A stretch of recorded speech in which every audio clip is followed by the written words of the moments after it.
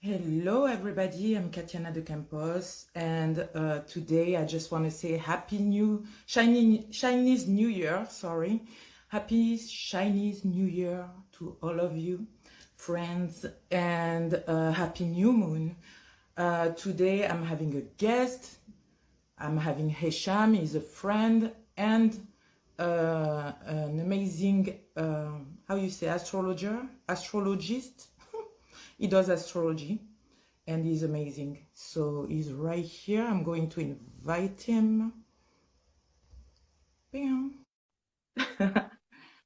Hello, hello, Nasira. Hi. Oh, okay, so hello. Hello. Hi. What is up, How are girl? you? Dude, you look freaking awesome today, dude. I love it. You look Thank great. you, Chinese New Year. I was like, hey, I I know. like to dress up when there is like, it sounds like new beginning, new fresh air, so I just do it. And it is. I mean, gosh, when you asked me to do the live today, and I really tried to wrap my head around what has transpired since our last live, it was I won't lie, it was an overwhelming task because, to be honest, there have been so many dynamics at play that have occurred since the new year that it's layer upon layer upon layer upon layer upon layer, and I've never really tried to dissect the transits. And One yeah, second. go I'm ahead. sorry, but I think your sounds it's not so good. I don't know if Okay, it's because of. Can you try yeah, without it? yeah. I can let me disable these. Oh, Yeah, if you can't hear, then let me disable and I'll go direct through the mic.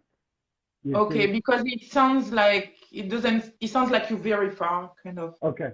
Yeah. And I Okay. don't Give me a think it's second. me. I just Yeah. Give me a second. yeah.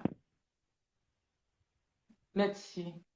If it's not that, it might be me, and you can put them back. It doesn't matter. Hi guys. Hi Louis. GC Loyal, Howard Drone 324, Magnatasaurus, my God, all these names. Nasira Mad, 44777714. Hi, everybody. I'm waiting on my guest to come back. How are you guys? Today we're going to speak about the new moon and what's going on with the planet, why we feel the way we feel, what could happen in the near future, and we should be prepared for, who knows. So my guest is here, he's the one speaking about it, and that's amazing. That's HESHAM, if you don't know him. Oh, what happened? Fabulous. You Hey, man. fabulous, GC Lawyer? I'm fabulous too. I feel fabulous. Yeah, you look fabulous, dude. I'm not lying. Hey, I'm rocking my Venus today. I'm rocking my green. You know, I'm trying to represent as best as I'm trying to be as aligned as possible. That's And nice. We yeah, appreciate that little detail. and I'll tell you, I'm here in South Carolina. It has been raining relentlessly for the past 3 weeks. So, where I live, it's a swampy hellhole. It looks just like Tatooine, if you can imagine what that might look like in our realm. If you've ever watched Star Wars and you've seen Tatooine, then you know the space I'm abiding in. It's like literally Wow. Yeah, that doesn't sound good. no, it's not at all. I'm in the south of France and we had a lot of rain. We don't used to that. For us, it's 3 day maximum of rain and we get back to the sun, still cold, but still sunny. But now it's Absolutely. wind and rain, both at Right. the same time, which is weird. Well, there's no end in sight for us. Unfortunately, they've projected it at least into the spring and that this isn't going to end. And the worst part about it, Katiana, is that we've got tons of projects that I'm here on our little farm that are being stalled as a result of this rain because no trucks can bring the we got a barn, we got all kinds of things that had to be delivered. And unfortunately, when they try and traverse the moist ground, basically you dig down a foot and it's all water. So essentially they get trapped. And so, you know, we've got stuff all over the place. We've got projects that are literally just waiting to just manifest to their fullest capacity, and they're just being stalled, which is typical. Yeah, that's frustrating. It's annoying. Well, you know what it is? It's freaking Mars and Taurus. That's what it is. That's Mars and Taurus. Yes, totally. You know, it's like that's what it is. It's that aggressive desire to want to move things forward, but the earth energy basically quelling this drive, because, you know, Mars wants to be in fire, and when it's in Taurus and it's being like literally neutralized by earth energy, it stalls projects, it causes frustrations, it causes all kinds of you know, what I would it just causes all kinds of frustration, period. And it manifests both physically and mentally and spiritually. So I've had quite a few of those. Yeah, I guess. How did you deal with it? Well, I'm dealing with it just from the standpoint of moving through it, but it's nothing that, like, I can't stop the feelings. You know, the feelings of frustration are inevitable, but you know, it's basically in life, what I'm learning more and more is the more you know about astrology, the more hypersensitive you become to it. And that's a little bit of a curse and a blessing. I mean, you can see things coming, but at the same time, you might create a bit of a self-fulfilling prophecy dynamic just from the standpoint of you know too much. So, you know, it's a balance between letting go of what you know and allowing. Yeah. Oh, and by the way, can you hear me a little better now? Excuse me? Can you hear me better now? Oh, yeah, much better. Yeah, okay. much better. Yeah, okay. Okay. I think it was about the headphone or unfortunately unfortunately the microphone on this is crap. So yeah, I know it does that too. It's more comfortable, but yeah, the sound's never so good. I don't know. But yeah, I feel that. But you know what I was wishing for? Because I don't do astrology. And you know, I don't know much about anything. I was like, okay, this is the year of the communication, right? Yeah. Because 5, right? It's speak about Mercury, right? I believe. Well, and I was like, okay, so Mercury going in retrograde, so maybe it's going to cancel the retrograde, and we're still gonna feel good. Personally, I feel good. Well, the thing that I've learned about when I did, okay, because today I'm going to do a collective reading. I'm going to do a collective reading for all the signs based on the stellium in Aquarius. And what I learned through going through that, because, I'm still developing as an astrologer. So I have to sit down, focus, and really go through all the dynamics and get a really good headspace and awareness of understanding. And as I did that, I did that over the past 2 days, I came to this theme, and the theme of 2021 that is, in my opinion, the overriding theme is detachment. And it's detachment from outcomes, it's detachment from expectations. And this is the lesson that Aquarius is trying to teach the collective, is that essentially we all want to be like the superheroes in our own little comic book universe. And unfortunately, it's not that we can't achieve this, it's that our expectation that we will is literally sabotaging our efforts to move in that direction. And then when things don't go our way, because typically they have, essentially we become frustrated, we become stymied, and that in and of itself creates a dynamic that puts us in an adversarial relationship with what I call Saturnian energy. Basically, we set ourselves up to fight Saturn, and Saturn will literally decimate you from the standpoint of not, I would say there's only a small percentage of us that can handle getting whipped by Saturn, you see? Really? Yeah, very small percentage. And I will tell you this right now, the only one who can handle it at this time is Aquarius. And, but a very small percentage of Aquarians. This isn't Aquarius, the sign as a fullness. It's more along the lines of the authentic versus the inauthentic.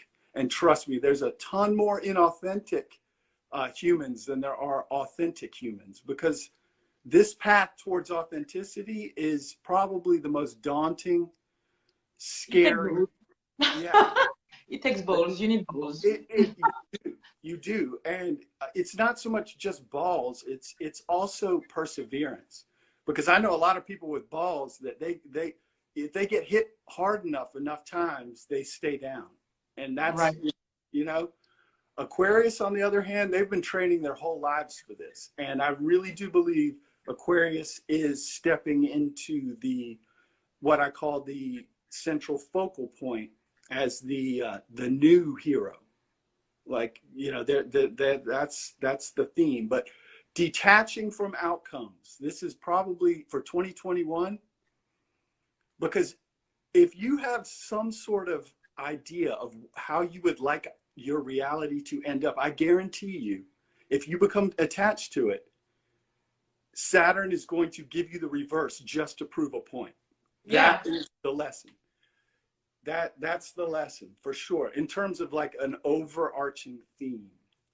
And so today, okay, yeah, go ahead. No, I say it makes sense. Hi, yeah. Aquarian Light, you have a hello. Oh. You have to check a little bit. Yeah, no, I see. But what about those who, because really I'm surprised. I see a lot of stuff going on right now. Mm-hmm. Worldwide, but also in the life of people that are close to me, right? Mm-hmm. Certain things that hit them right now, what you're talking about. Mm-hmm. And it's better for them, even if it's not okay, some it's difficult, some it's less difficult, but you have to detach and you have, right, to be authentic. But what about those who don't feel much anything? I'm not Aquarian. I mean, February is not yet done. It's not over yet, but for now, I feel good. Yeah, but you're a Sagittarius, and that's sort of how you're hardwired. You'll convince yourself you feel good, even if you don't, really? Unconsciously. You see, and that's sort of a superpower that Sagittarius has, is that they have sort of this ability to be optimistic in dark times. And we'll discuss a little bit of the South Node energy that might be cramping your style.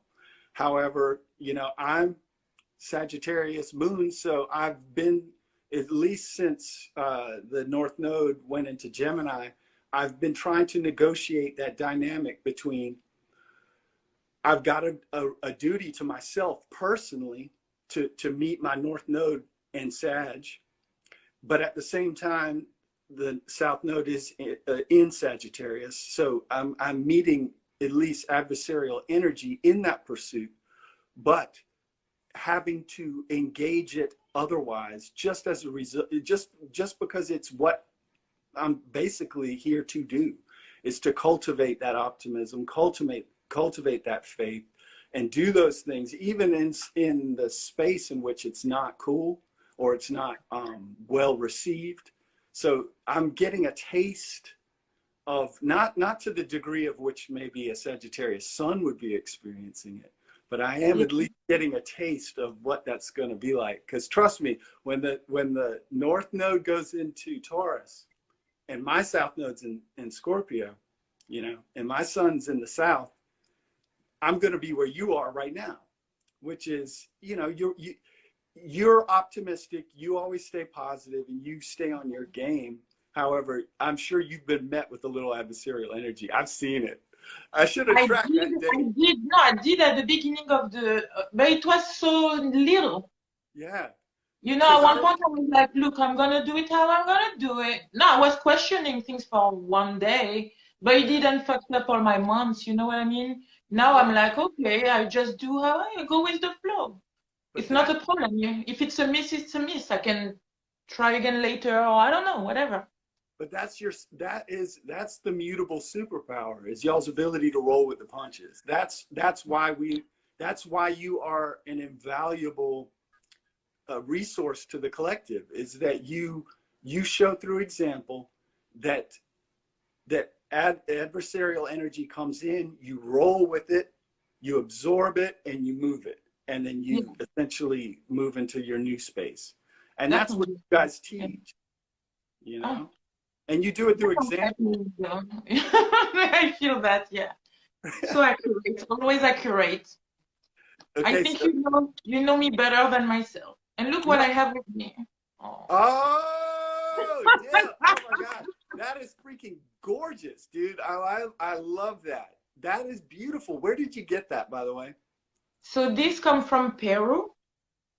Straight from Peru. And this you put on your house.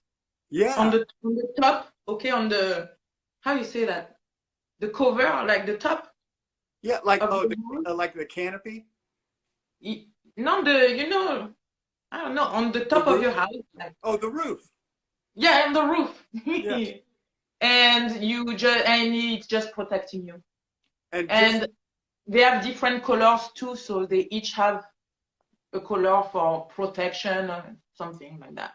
And just for anyone who's curious as to this, my Chinese astrological sign is that of the ox. Actually, I believe I'm a water ox, and this is basically a symbolic icon of the ox year. And if anybody's curious as to what that represents, basically the ox year is it would be like a temperament that if one adopts, they will experience prosperity. And it's a simple earthy kind of temperament in which perseverance, dedication, and consistency and effort is the theme. And many people energetically start projects in the new year, but then they fall back. They don't necessarily remain consistent. The ox is just here to represent this theme that if you stay on your grind and you do the day-to-day, and it doesn't have to be like, anything dramatic, but it has to be consistent, that you will, you'll experience prosperity, you'll experience abundance, so, that's sort of like the cliff notes, but there's some complexity to it. This, when you say that, you remind me that I always find the Taurus, the bull, the ox, very stubborn. And you saying that, and right now, like it's been a month or two, I keep saying, be spiritually stubborn, be spiritually stubborn. And that's something that keep coming back in my head and I'm using often. And that is it what it is? Be spiritually stubborn somehow? Well, what you're describing is how duality always plays itself into the context of a situation. Essentially, what you're describing is that there's nuance within context, and that if you just look at a situation from black and white, like stubborn is bad and not being stubborn is good, you create your own little prison. Whereas if you look contextually at a situation, sometimes being stubborn has value. Sometimes being stubborn can create an outcome that actually benefits the individual rather than hurts them. And I think that taking the time to understand that nuance is sort of the maturity that is required for anyone during this year to begin to integrate. That they need to stop like thinking of the world in black and white and starting to think grassroots, like what am I dealing with right now? What technique is actually going to avail of me and is actually going to help promote me? And if it requires something that might be perceived as negative, I'm going to utilize it because it freaking works, and sometimes being stubborn freaking works, Yeah.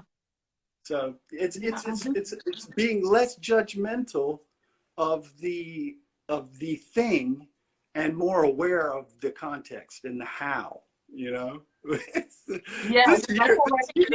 feel spiritually stubborn, I feel like listen to your spirit. Yeah, if your spirit says it's good, it's good. If it's not, it's not. If you need to react a certain way, go for it. you know, go with but follow your spirit. Be stubborn with that. Understand why the dark, difficult time comes. How to handle the good time. Enjoy it. Be present. You know, like be spiritually like here. Well, I want people to understand how you have that perspective, and I'm not going to go fully into it, but just briefly, I want to touch on it. That when I did Katiana's chart, she has a load of houses in the 29th degree, which in and of itself, you know, if you just do the numerology, you know, 29 reduces to 11, and 11 is a master number. So she's got a lot of houses in which she's achieved mastery. However, 29 degree is what's known as an anaretic degree, and the anaretic degree creates a bit of tension in the individual to where it has the potential to create indecision. And essentially the indecision is based upon this foundation of this knowing that they have to move into the next, I think the next astrological sign, and that they have to essentially evolve out of that space. And it's just like skydiving. It's like standing at the edge of the airplane and looking out of the hatch and realizing that you actually have to jump.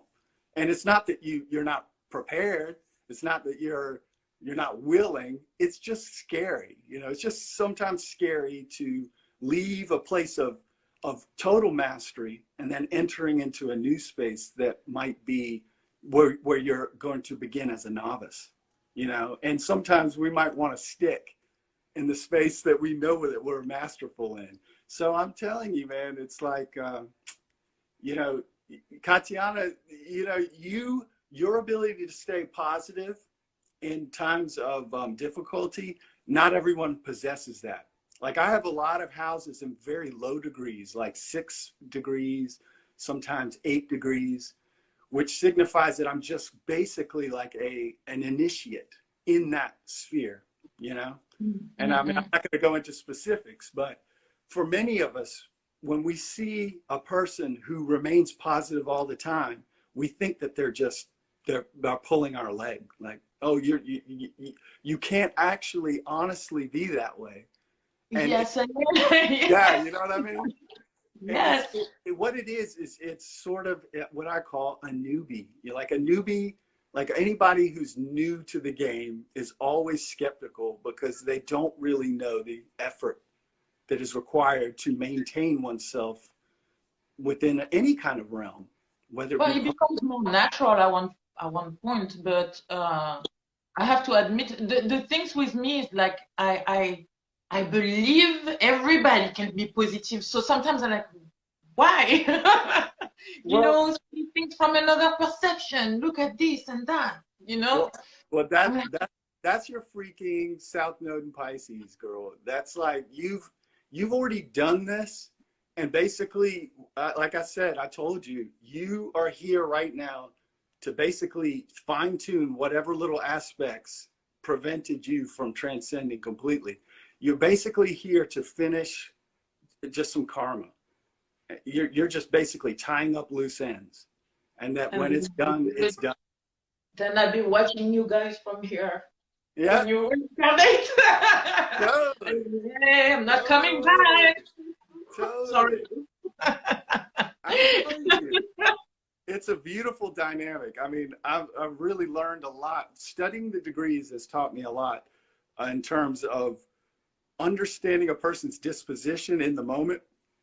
You know, now when I look at a person and they have confidence, I know that they earned it. They earned that based on their soul evolution. So it's not, you know, I don't judge it based upon like my own perceptions anymore. I just look at the numbers. I'm like, the numbers don't lie. Just like the stars don't lie. Shout out to Paris Hilton. It does speak too much. It's true. It's a real language. Yeah. It is. Okay, so basically, so what you going to, how are you gonna start this? Basically, I just kind of wanted to start just by going back to the timeline where you and I first got together on the 1st. Oh no, actually, I wanted to go back to December 20th when Jupiter and Saturn first entered Aquarius, and kind of just catch people up to speed, you know, just so they could have some context for what leads up to the stellium. And I'm not going to go into every single alignment because there are a ton, but there are some few key moments that are really indicative of the energies that we're now presently in. And I'll start back on December 20th. Of course, everybody remembers when Jupiter and Saturn first entered Aquarius. And to be honest, if you want some context, remember when Tom Cruise had his meltdown and he flipped out like on set of Mission Impossible? Oh yeah. Ooh, yeah, you remember that? That was like a day or two right before Jupiter and Saturn went into Aquarius. And it really does, to me, Tom Cruise is sort of like your male archetype that has his act together. And if you want just sort of like a little pop culture reference that would show you that things aren't necessarily as they seem, you know, in terms of control, when Jupiter and Saturn entered Aquarius, you started to see people unravel. And he just made headlines because he had almost like he had a meltdown that was on the level of Christian Bale on that Batman set when he flipped out. Ooh, yeah. Like, I mean, these guys, when they lose their shit, they really turn it into a full stage production. And the memes were relentless.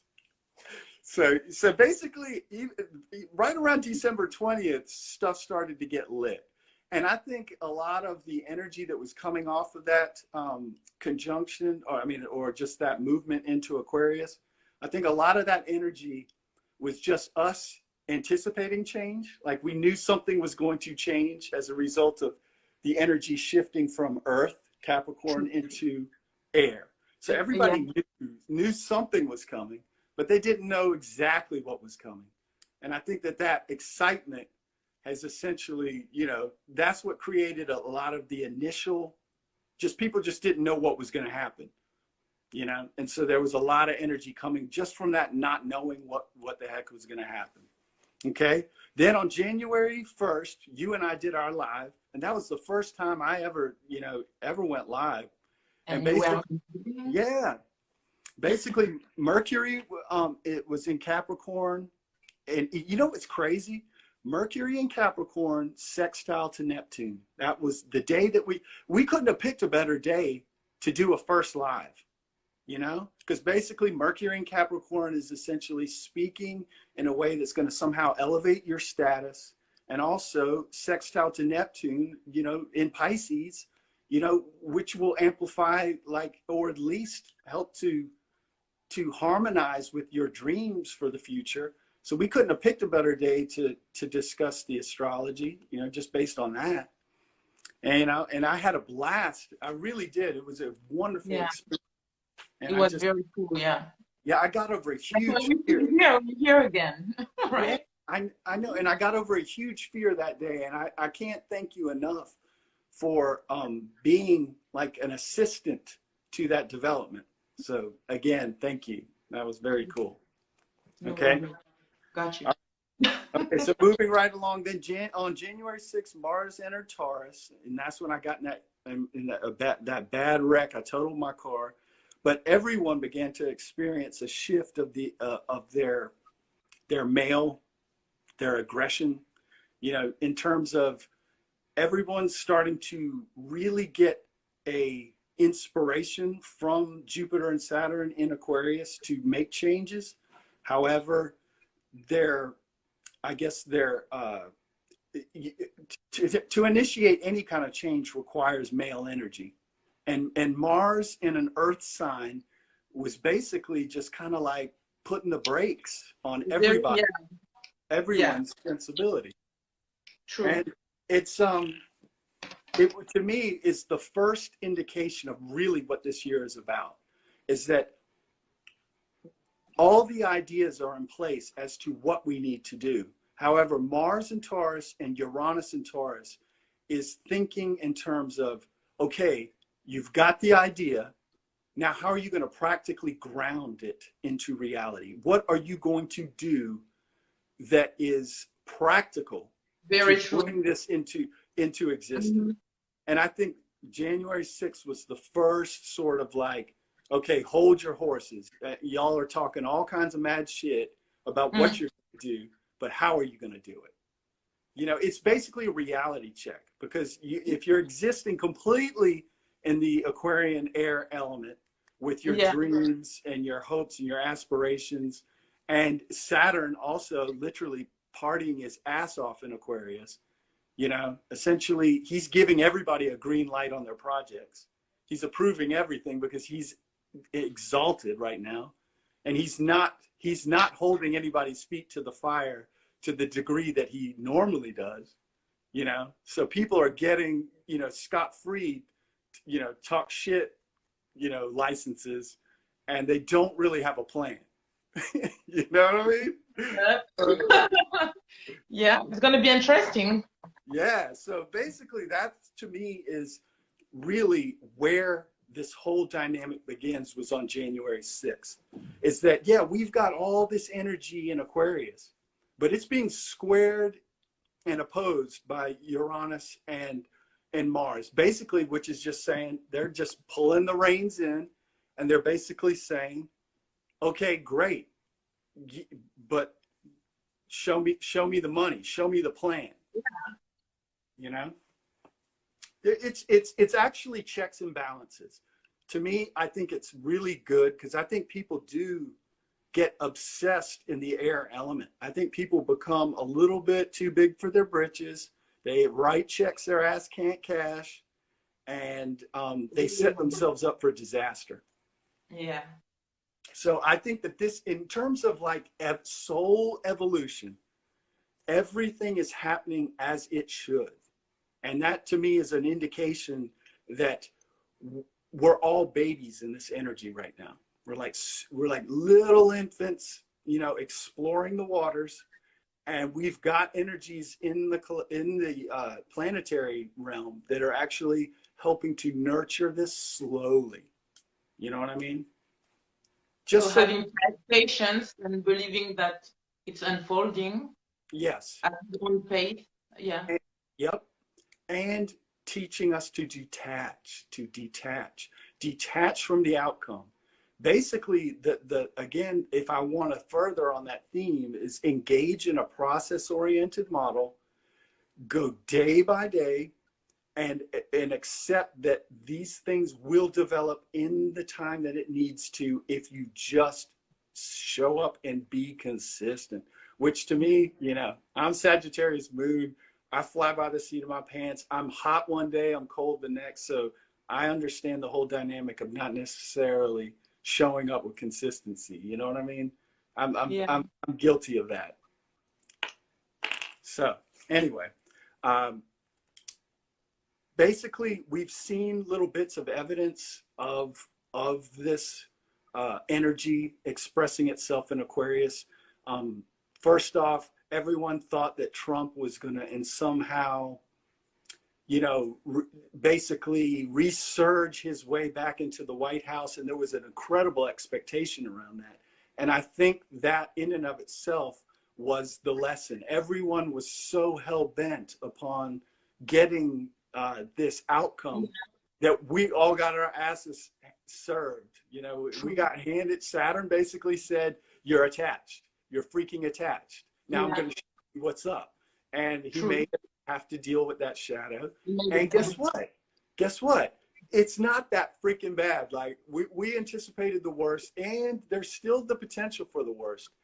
However, if the GameStop situation doesn't give people a little bit of faith in the notion that this Aquarian energy is helping us think outside of the box to create positive outcomes, I don't know what to say, because that was a huge historical marker in terms of grassroots ingenuity taking on huge special interests and winning, you know? And I mean, if you don't know, if you have no idea what the GameStop situation, I just wrote down the bullet points that basically most investors essentially, when they hold a stock, they want to hold on to it in order for that price to go up.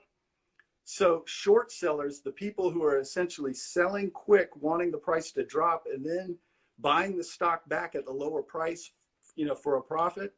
That technique in and of itself now has been hijacked. Basically, everybody's on to that. Oh, wow. And basically, what it was called was, it's a Wall Street Bets is just a Reddit forum that studies and analyzes the stock market. And they saw that essentially the GameStop was going through a tough time due to COVID, and that their company was in disarray, and these hedge fund people were trying to move in and take advantage of a wounded animal, and as the price, basically as all the online video game sales soared, GameStop was, it was basically about to be completely absorbed by a hedge fund, and these just savvy, basically just savvy economic, people on the internet went viral with their awareness, and they basically stopped this company from essentially going under, and on top of that, made a $6 billion profit off of it, in which they got to distribute amongst themselves. And now many of these people who, sit behind a keyboard, with, probably at their well, maybe not their parents' house, but, maybe living very, very frugally, are now millionaires, So it's like the Aquarian innovation is accessible to all if you utilize what is already presently in your environment in a way that's advantageous to your situation. Yeah. So that can break down to anything, whether it be politics. I mean, basically, your politics now is your money. Where you spend your money is where you're really voting. So, don't lose heart just because there's a Democrat in office. Just know that your dollar is really your vote. Every time you spend money, you're voting. It's true. Yeah. It's true. Okay. Also What on do the. you think? Oh, say what now? No, I was about, what do you think about those Bitcoins and all those going on? It's Because we're speaking a little bit about that right now. Yeah, my thought on the cryptocurrency is that it is a distraction. Like my gut tells me that this is an attempt to essentially 2.0 the failing economic system that we already have. That it's already hard enough to track the value of the money based upon that our Federal Reserve just prints money as they wish, and so the money has basically no value. No value, yeah. Yeah, so this is just going to, how can you track the value of something that can't even be tracked? And I feel that at this point now, people are working as missionaries to promote this in the hopes that it will give them, and they're doing this. There's what I call the cryptocurrency missionaries. And they're out, spouting this philosophy of this brand new horizon of opportunity, because their dream is to essentially live off of passive income, and they're cracked out on that dream. And what do we know about this year? It's about detaching. If you're attached to a vision that is a little bit pipe dreamy, you're about to get served. Saturn is going to show you. And I believe in 2022, we'll know for sure if cryptocurrency is legit. That's my belief.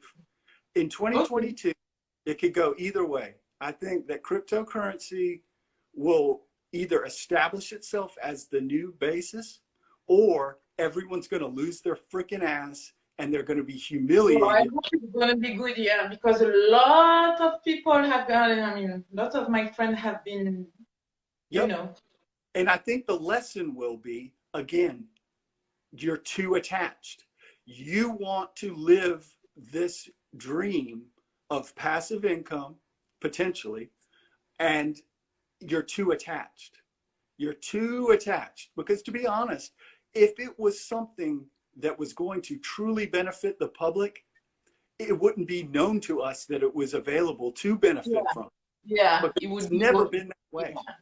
Money has never been and I'm just making a general statement, but when it comes to the economy, it has never been a general situation in which the information was available that would allow somebody to benefit greatly in a financial way that is essentially available to all.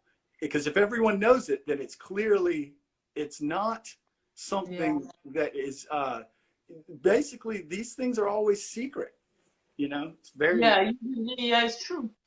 I don't know, I've never been attracted. My friend tried to push me and said Bitcoin is the new money. You see, put just a little bit sometimes, and you see I already have, I don't know how many Bitcoins he had, and I've never been, and I'm like, if I'm not interested, there is a reason.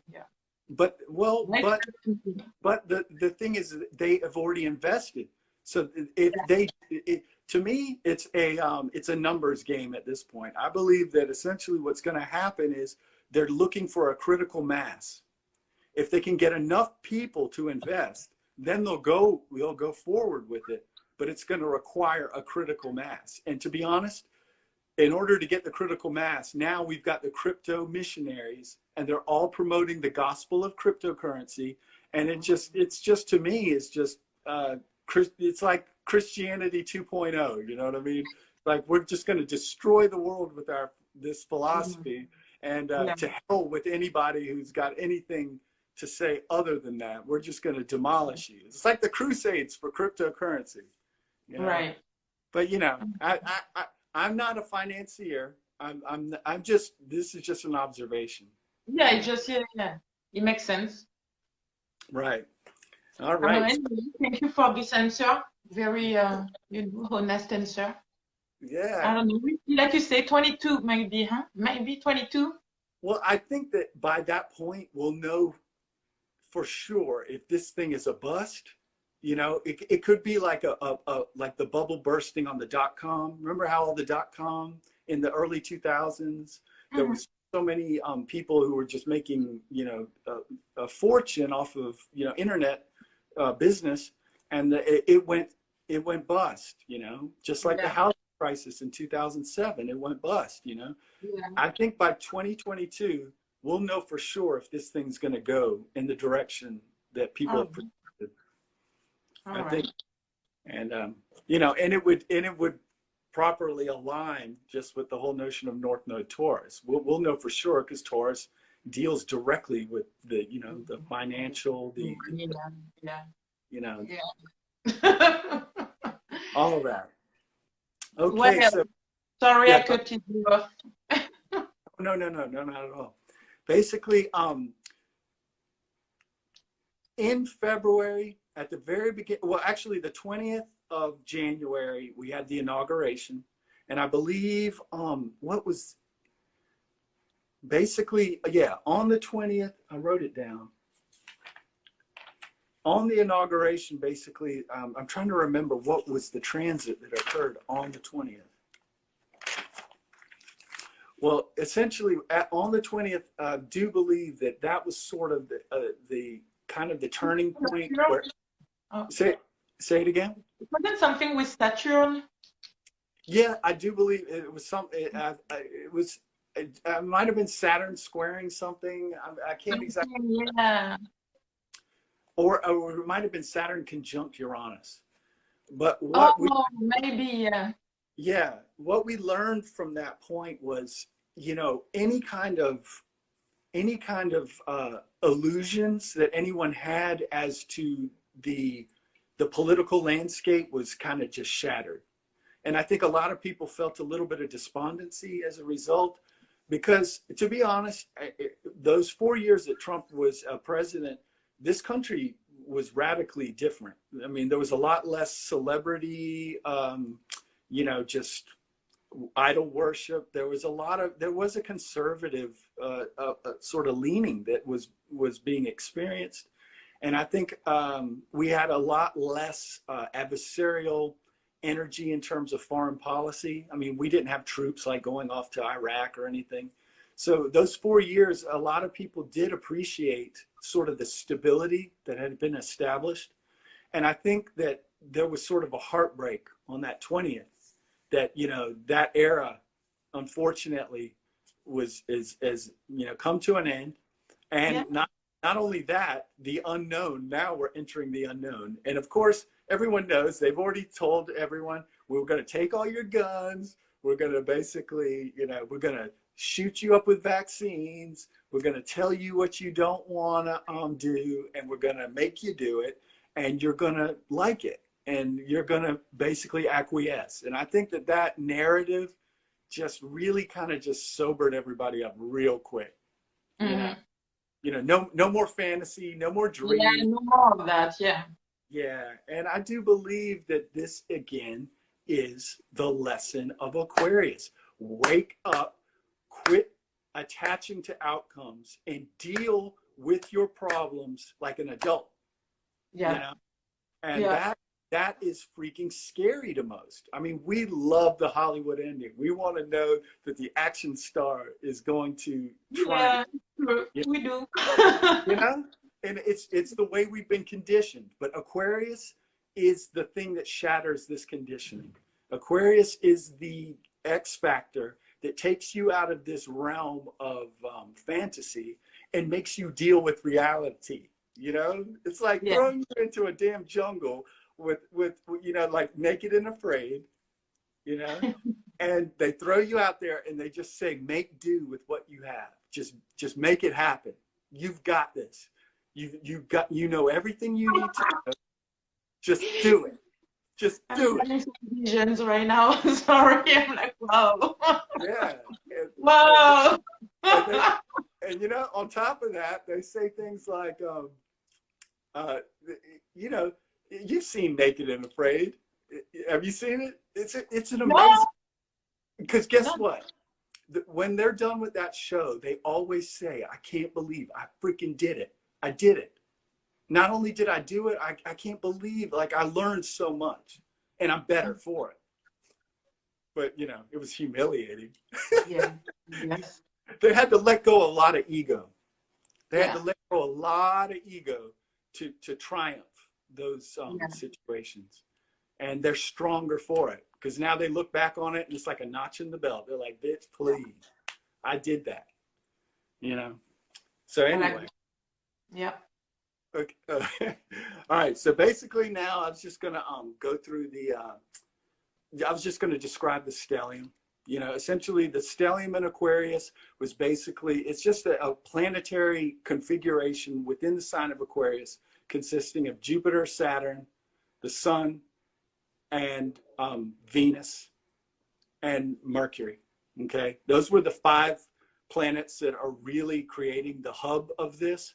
However, last night the moon entered and we had 6 planets, and having the moon in that space, Jesus Christ, that just blew the whole thing up. You know, wow. if Which one? Say that again. Which planet? The moon entered Aquarius, I'd say 2 days ago, but the new moon was last night. And so essentially think in terms of, we had a new moon in Aquarius, merged and combined with the stellium it already presently existing between Jupiter, Saturn, the Sun, and Venus. You know? Oh, here we go. Because Venus entered Aquarius on the 1st of February. So essentially what the stellium is it's kind of like taking an electrical amplifier and just plugging it directly into Aquarius, and the energies of Aquarius being amplified by all the unique. Yes. So you've got Jupiter plugging in his, you know, hard drive. You got Venus plugging in hers. You got you've got the Sun. Jesus Christ, just the Sun alone. The Sun plugging. You've got and Saturn is exalted here. So Saturn is like literally. Saturn is probably the biggest party pooper of all, but he's like wasted, shit-faced, happy, loving life. He's home, and he's like literally at the party, throwing down with everybody else, you know? Oh, okay. And that's not too bad, because I like Saturn somehow. Nobody likes it, but I like it. Oh, well, because, you know, Saturn is your best friend if you are aligned. If you're aligned with Saturn, you're always on his good side. Oh, that's what it is. It is. If you are getting your ass handed to you on a daily basis, that's just simply that you're out of alignment with Saturn, because Saturn runs the three-dimensional universe, period. Oh shit. Yep. You know? You already know that, right? Yeah. Yeah, I mean, you know, people think that God runs the universe. God basically is indifferent. He's a creator, you know, but Saturn runs this joint. You deal with, yeah, you deal with the planet. And yeah, okay. No, I'm not gonna ask that because you kind of answered earlier anyway. Yeah, man. I mean, Saturn, but yeah, you already answered to that, so it's not a problem. but as far as the moon, when the moon entered Aquarius last night, to me, that's like essentially you had a huge party and your mom shows up the next day, and while y'all are all hungover and useless, your mom cleans up house, you know, and makes the place look beautiful again. And I think that last night was the final piece of that puzzle to essentially bring feminine energy into all of this nuclear, I would call it nuclear energy, that finally a feminine force came in to kind of just basically fine tune the energy and just start to make it a little bit more manageable and a little bit, it just brought us into a more balanced and nurturing space of managing this energy. Because everyone at this point has just been literally reacting to the energies of Aquarius very unconsciously and in a way that's probably not very advantageous to their development, just because it's new and it's different and it's intimidating and it's a little bit daunting. And I think the moon coming in last night was the first bit of energy that is like a mother saying, okay, all right, now we're going to bring in some maturity and the first taste of that maturity. Yeah. I heard, you know, the song "Sit Down, Be Humble." Yeah. Who sings that? Who sings that? Right. Okay. I heard that. I don't know why you were saying that, so I believe. You know. All right. So what I'm going to do is just I'll do it as quickly as I possibly can. I'll do a collective reading, and it'd be wonderful if you would like. I mean, I remember last time you worked with your tarot cards, you know, to essentially again. If you want to. So feel free. We don't have to. Whatever you feel like. Yeah, whatever you. I mean, if you hear something that stimulates an idea, and you feel moved to operate in that space, by all means, you know. Yeah. All right. I'm gonna get my root cards. Nice. I like your nails. Those crystals. And see, look. Eat your fucking vegetable. Oh, you can see it. Yep, that's another Aquarian thing. Is vegetarian. Yeah, I'm gonna use it. I think I'm very Aquarius. I feel very, and I don't know if you see that, but it's very flowy. I feel like very Aquarian. Yeah. I mean, Aquarius is always going to dress practically for and prepared for anything. Yeah, well, look, I'm still having like yeah. I'm Aquarian today. You're rocking the way down. Come on now. You gotta be rocking all the way down. I love it. You're great. Yeah. Oh, Actually, I'm no better. I'm wearing gym shorts myself. So, all right. Yeah, so with that said, all right. So I'll go through the astrology. We'll start with Aries. All right. Okay. So Aries, you're experiencing the stellium of Aquarius within the 11th house. You know, which just represents your social life, your social groups, your friends, your associates. You know, so the 11th house is a collective energy, a collective house energy. Period. So basically, this amplification of Aquarian energy is influencing Aries to initiate action within the collective, utilizing the collective energy, you know, to essentially tackle their own personal issues, problems, and challenges. So they're essentially like, you know, Aries is always sort of, I can get the job done on my own. I think that this energy is at least influencing them to maybe switch up the game. This is all potential now, because remember, this isn't what necessarily will go down. This is what Aries has a potential to engage in if they integrate this Aquarian energy, which is switch up their game from, you know, essentially, I'll do it my way, to I'll do it my way, but you'll do it for me. Right. You see what I mean? I think that Aries is starting to see that there are people that can help them achieve their agenda that are more than happy to help them, just from the standpoint of people at this time are looking desperately for leaders and people to tell them what to do, you know? True. And I think Aries is finding a surplus of people around them that are willing to do work just because they lack any sense of direction and purpose. And just like Aries, seizing an opportunity, they're essentially saying, well, it's less work for me and I still get my needs met. I get my agenda met, but it's a 360 to how they normally do business, which is I'll do it myself, stay the hell out of my space. I'm going to get it done on my own terms, my own way. And I don't need you, you know? I think Aries is just maybe switching up the game a little bit, but it's still the same Aries, you know? They're basically, it's all contingent upon their team.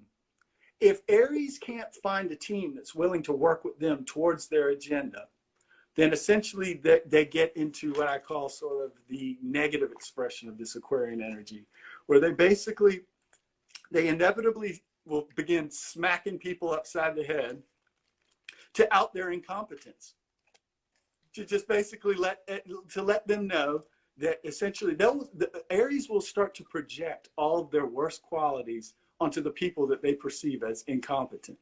Oh, that's what it is? Yeah, yeah. And basically it's sort of just it's basically Aries, if they don't establish a team, they'll basically start projecting all of their shadow content onto that which they see as incompetent. So a lot of finger pointing, a lot of name calling, a lot of blaming. So go ahead. No, but well, I'm just confirming what you're saying, because first I had fucking apologize. Seriously, just do it. So, right. Aries, maybe it's time to move on from your way and try something new, or I don't know, do your thing, but you know. Well, I mean, all this is confirmation to me. It's, yeah. What I will say is that the energies, Aries, are supporting you in this realm, that you can reach out to the collective and essentially work with them and get your needs met and essentially thrive and benefit as a result. It's something that actually is being energetically and universally supported at this time. That Aries basically reaching out and working in a collective sense not only will help them evolve because they'll become more empathic, because working with people, you inevitably become more empathic. They'll become a little less self-centered, I believe.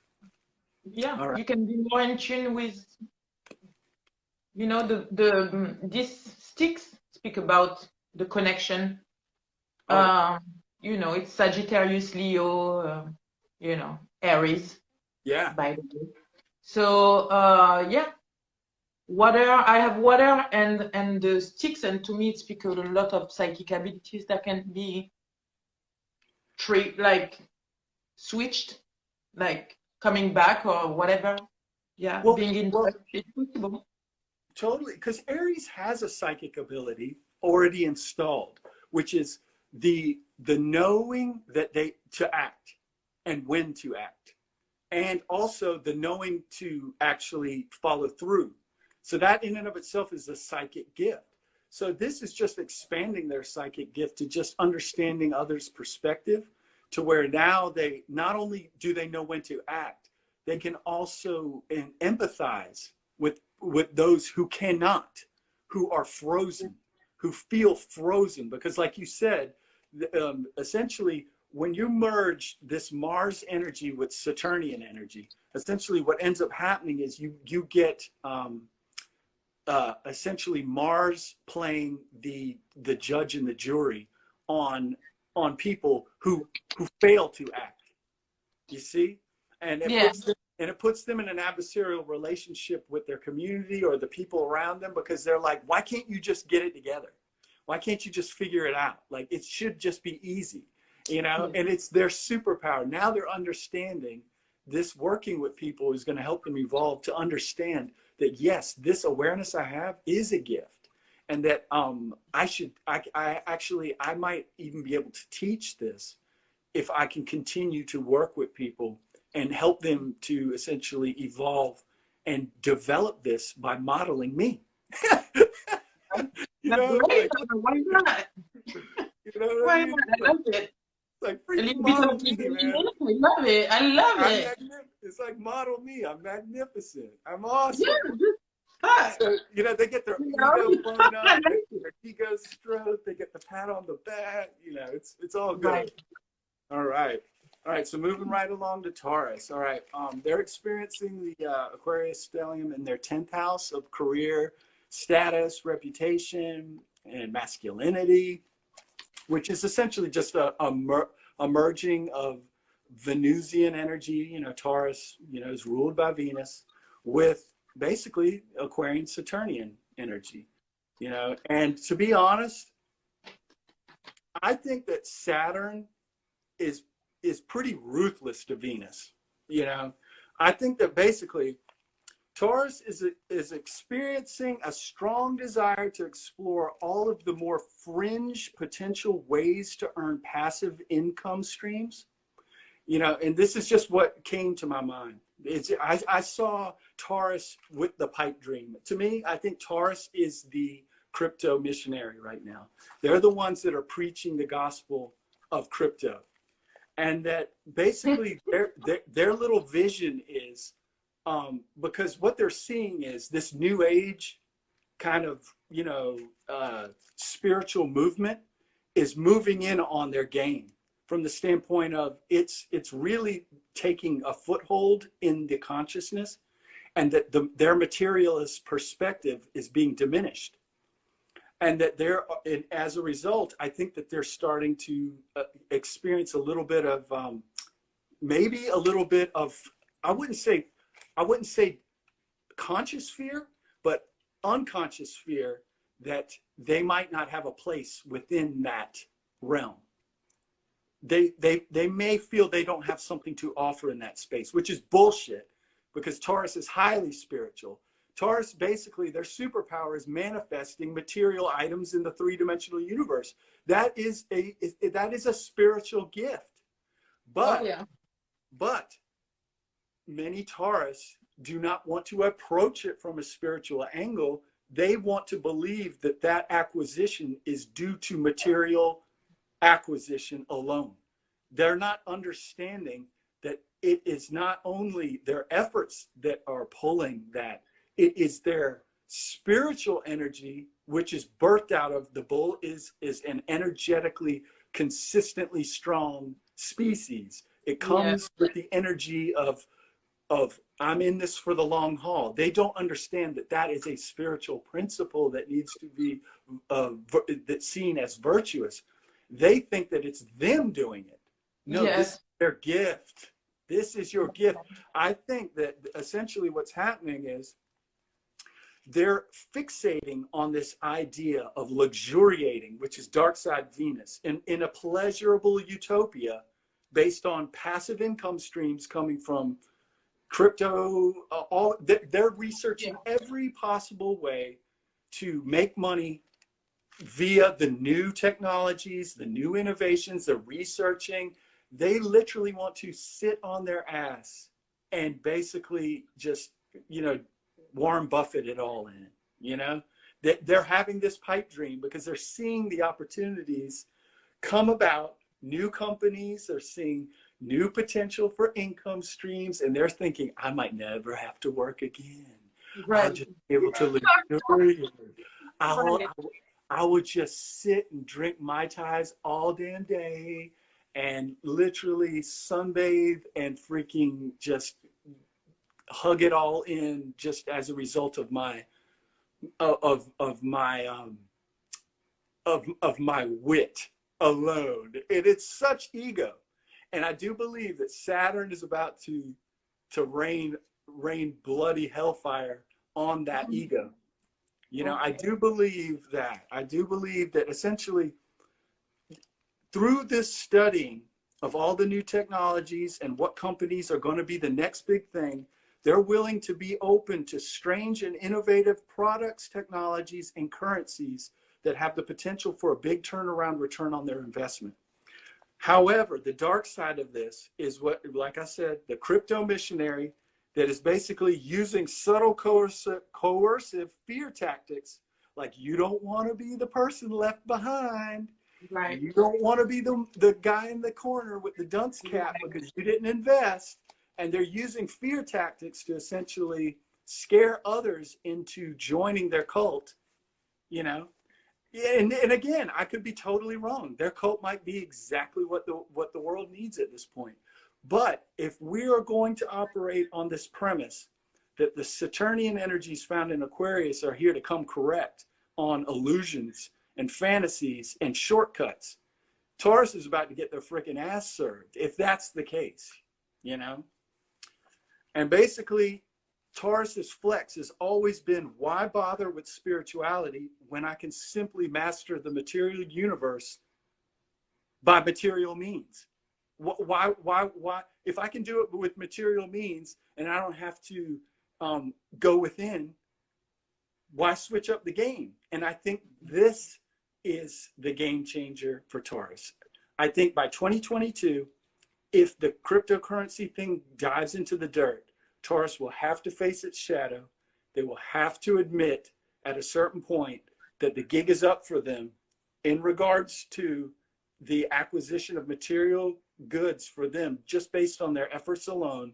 And they're going to have to start to access their inner universe, which to me is the virtuous aspect of North Node and Taurus, is North Node and Taurus in its pristine ideal state would be something along the lines of, I have a gift for bringing material reality to me, and I'm going to teach you how to do it. Yeah.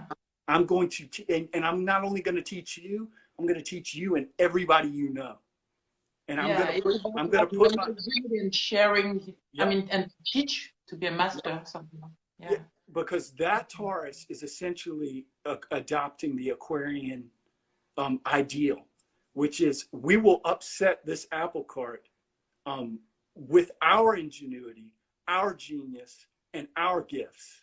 And we'll do it based upon, you know, essentially the strength of the people and our willingness to essentially move into a place of discomfort and not react, you know. And I think that if Taurus, if that is the direction that Taurus moves in terms of North Node in 2022, I think that the potential for this beautiful transformation in terms of the society will be a catalyst for it.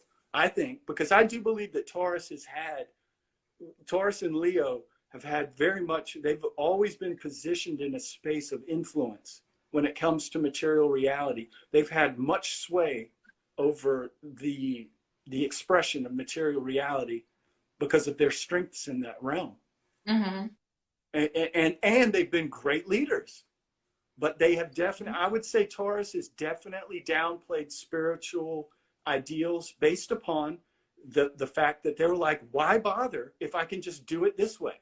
Like, why switch up my game? Why do I have to be introspective? Why do I have to, you know, do any of that? It's a waste of my time. I can do it sitting on my ass, just playing with my cell phone, you know? And you can't blame them because they have had that success. I just think that this is the first point at which they will have to face that shadow. Potentially. It's, Yeah. it could be Yeah, I totally, feel like it's yeah, there is a lot of transformation. I think it already had happened for many also. Mhm. But yeah, a lot of transformation for them to change that. That's good. I don't know, it's a good thing, so. I think it would be, I think it would heal the planet, to be honest. But I'm biased. But yeah, Taurus is my polarity, so I'm just trying to talk them out of killing me. You know, oh, okay. It's your oh yeah, it makes sense. I'm trying to plead with them. You know, please have mercy, Taurus. All right, so moving right along. Okay, Gemini. All right. Okay, they're experiencing the stellium in the ninth house of higher education. Wait. Wait. Are you on Taurus? Just for Taurus, I see Okay. your card right now, it's rebel, because fuck it. So to me, rebel means, of course, fuck it, be authentic, do what you have to do, okay? Maybe you went through certain things that you felt like you were attacked, okay? Picked on, whatever. You know how to defend yourself, you know what to do, if it's to fight or if it's to go, all right? But at this point, the advice would be to meditate, do some introspection. You have a lot in mind. Okay. Unfortunately, you were talking about stubborn.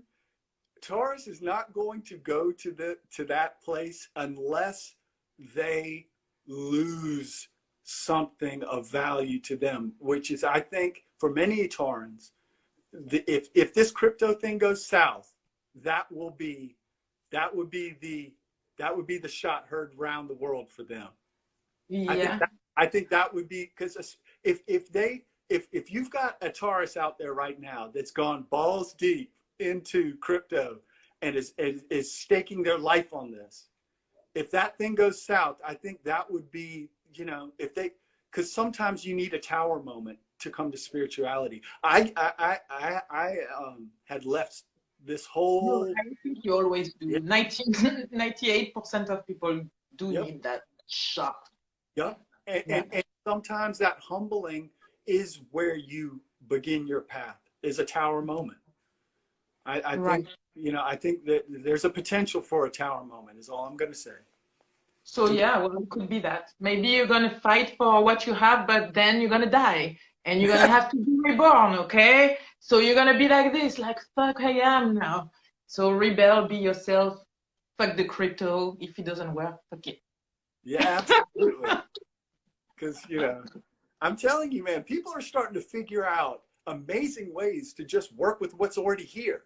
Like, we don't need to bring in anything else new because we've got enough stuff here that hasn't been properly managed as it is.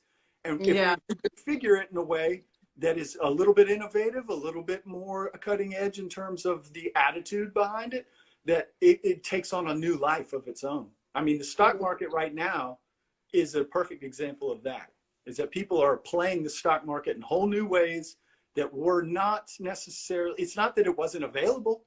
It's just now people are a little bit more hip due to the internet, Aquarius.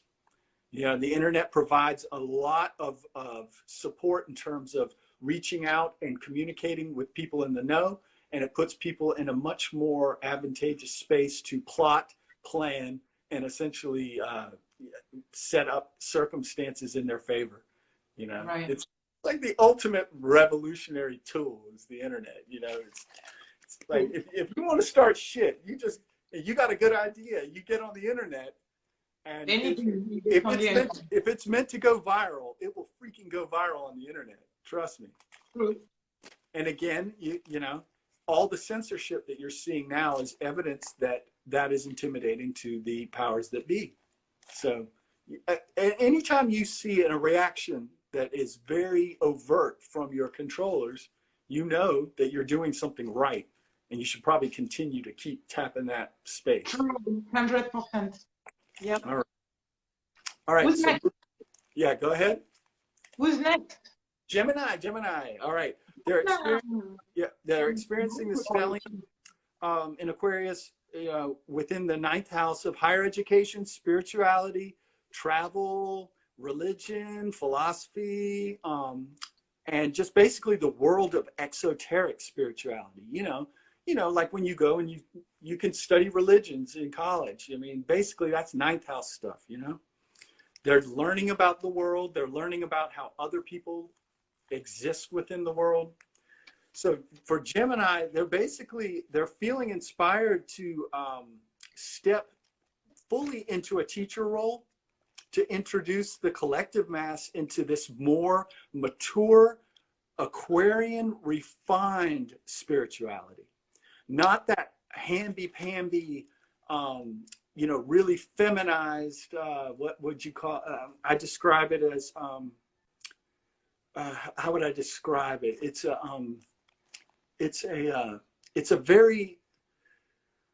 a hyper feminized sort of awareness of spirituality, where basically people's flaws are overlooked in the name of compassion. I think that Aquarius is like come into the New Age movement now and is basically set up to clean shop. And Gemini, being Mercury, the mercurial, the vocal, the box for this movement, is essentially combined with Saturn playing judge and jury in that space. Gemini is basically Saturn's emissary to call out people for, essentially being inauthentic. And they're doing it out of the spirit of teaching. They're not doing it to hurt people's feelings. They're essentially doing this it's a teaching moment to show that your authenticity will be revealed in your fruits. And Gemini's essentially role is to call out people with no fruits, to say, hey, you're talking a big game, but you got nothing to show for it. So STFU, and let the real teachers manage this. And Gemini is basically bringing a very masculine energy to the New Age movement, which is, and I'll be honest, the New Age movement has been very Cancerian. It's been very like, let's accept everybody.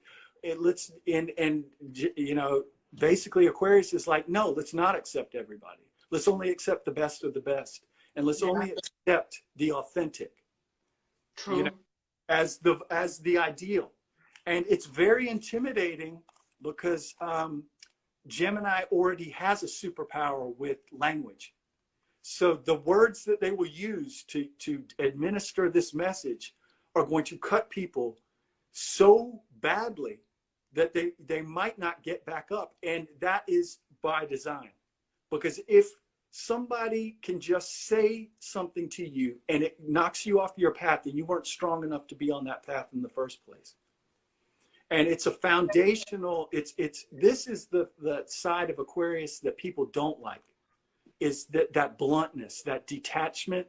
And it's all due to, we need the greatest benefit for the greatest amount of people. And if a few have to fall off in the pursuit of that ideal, then so be it. And unfortunately, Gemini is going to be the emissary, in my opinion, of that message, and it's going to rock the spiritual community, because they're already starting. Starting. Basically, Mercury is already kicked into overdrive and is talking all kinds of shit, but good stuff. This is stuff that is helping people to develop, That sounds good. I like Gemini. Yeah. I do. I'm probably one of the rare who does. And then that's my polarity.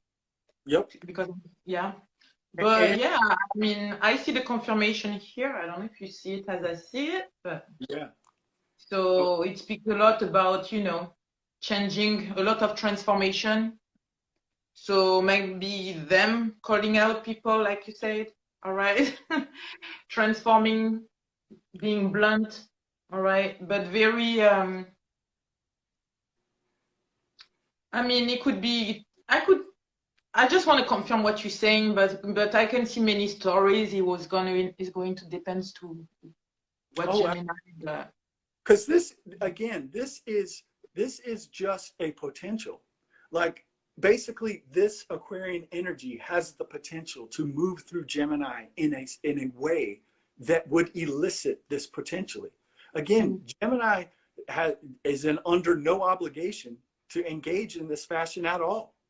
However, if there is a Gemini out there that is looking around their environment and is pissed off at inauthenticity, all that I'm stating is there's an energetic support system for them to speak that truth that will actually administer that with universal and energetic planetary support.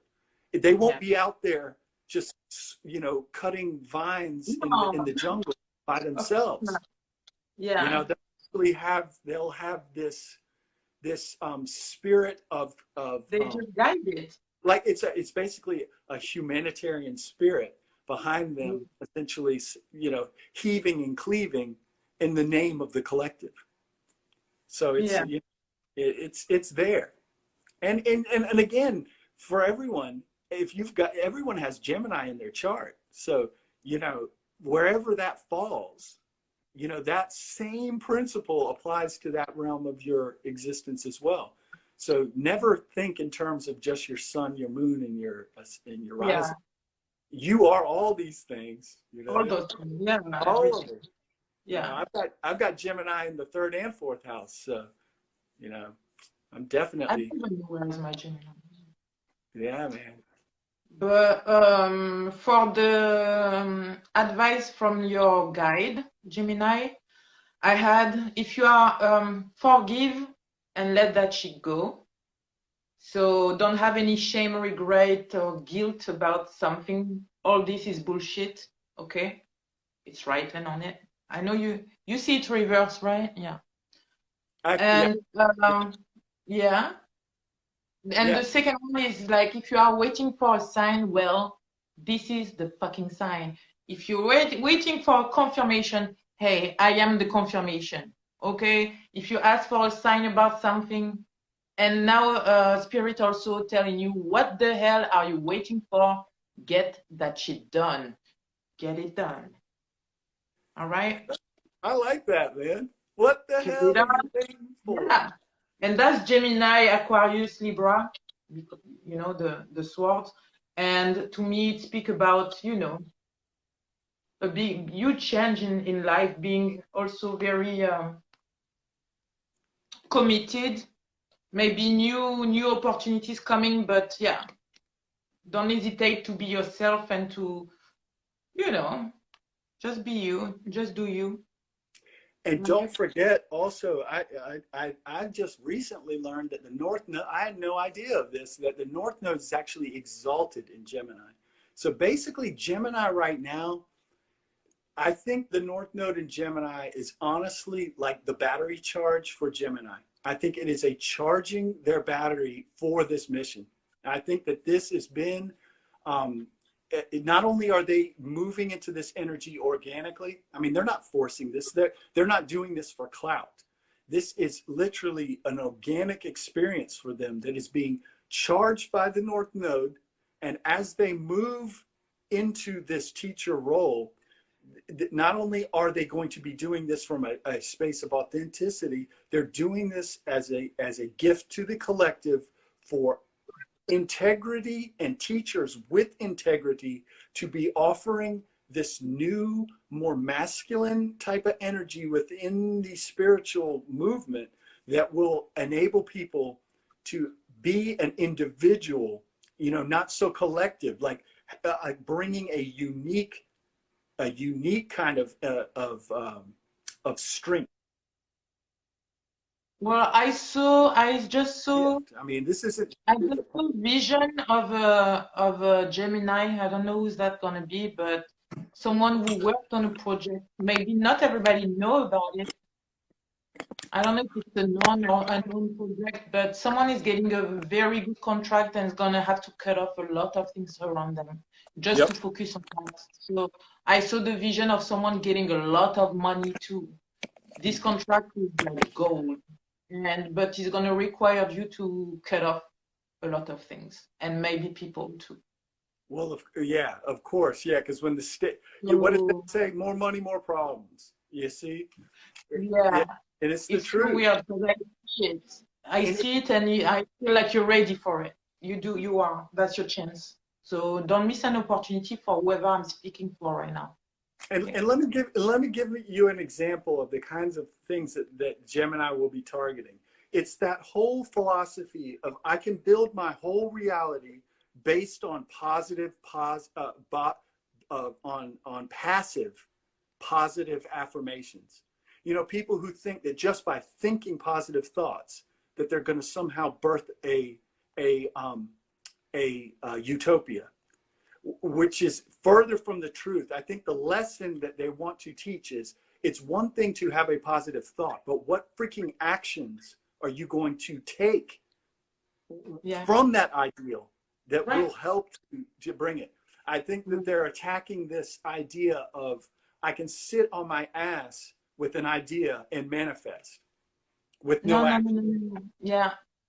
I think the lesson that Gemini will be teaching is your ideals based with your actions will be the new way in which essentially it will be the preference. Yeah, you but know, it just goes so together. Because then people is gonna work, taking action without aligning with it. You need both. yeah, it can go either way, but of course the thing that will be the evidence always in this case will be what are your fruits, and your fruits will be essentially the evidence of your or of your spiritual alignment. This will be measure. This will be how people measure your quality, is through your fruits. And it's again, it's hierarchical, but again, Aquarius isn't fair. It's not necessarily fair. It's more about how many people are benefiting. And if a hierarchy is going to create a sense of benefit, then so be it. You know, again, it's a ruthless energy, man. All right. Okay, so now moving on to Cancer.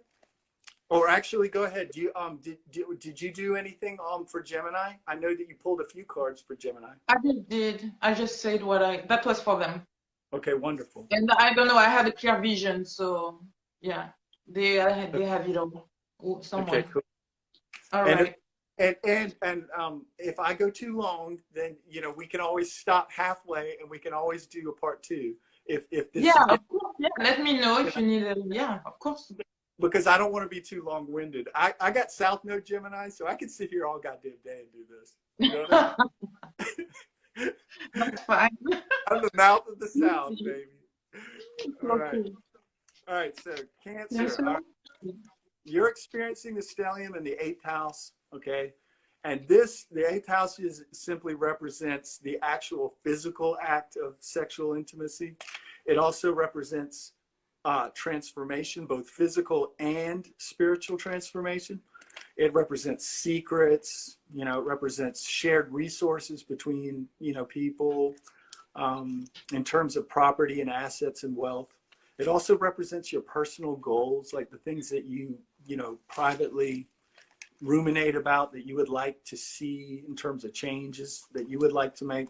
So the 8th house, although it does have some pretty concrete things, it's very much a mystery because it deals, the whole notion of transformation is so ephemeral. It's very, it's difficult to really put a finger on what creates a person's transformation or what drives it or what helps to bring it about. Because, you know, oftentimes you see people work in the name of transformation and they get no results.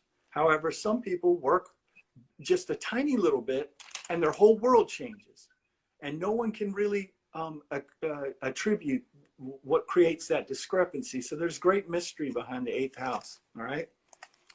8th house was ruled by Pluto.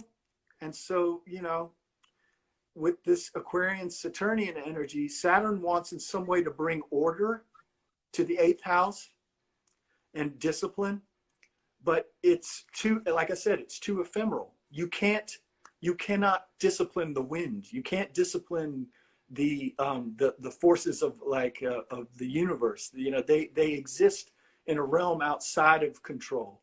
They just are. They're primordial, and Pluto is very primordial. It can't be controlled. So I think that the lesson is in this space for Cancer is that Cancer is experiencing this transit for one very important reason, that when it comes to manifesting their ultimate reality, and this is a challenge, because Cancer seeks to experience an experience in which they are being nurtured, and at the same time they are nurturing others. They want to feel like they're creating a home in their existence. They want to feel like they're actually building a family of sorts. Okay, but I think that Cancer has traditionally secured their future for themselves by offering this energy up as a sacrifice that others essentially abuse. I think many people take Cancer's willingness to give up their lives to benefit others people's lives and manipulate that. I think that this transit in the 8th house is essentially it's to take them out of this slave handler dynamic that they get into when they offer up their energy for other people to essentially exploit. I think that Cancer wants so desperately to create family that they'll put themselves in a situation in which they're being exploited because of their need, and that people vampirize that energy and that they don't give them their due. I think Cancer gets cheated out of a lot of positive building due to the fact that they give their energy away for the hope and promise of family. They're like, I will give you this if you give me the family. And I think that has definitely been to their disadvantage. And I think this 8th house transit is dealing with that illusion and breaking down that illusion. It say you are giving away your power. And yeah, you are giving away your power. So that's exactly what you're talking about. They're giving their energy maybe too much. But however, I had those 3 cards that came out, and in 3 of them it's a 3, 3, 3, and 3. So 3, 3, 3 could be your synchronicities. There is maybe a message there for you. Maybe March is going to be significant, or in 3 months something's going to change, because I see the birthing of something. Some of you could celebrate something, maybe, or maybe even a pregnancy or something. For others, it could be just birthing new projects, maybe moving away from an old life, old way to deal with your own emotions.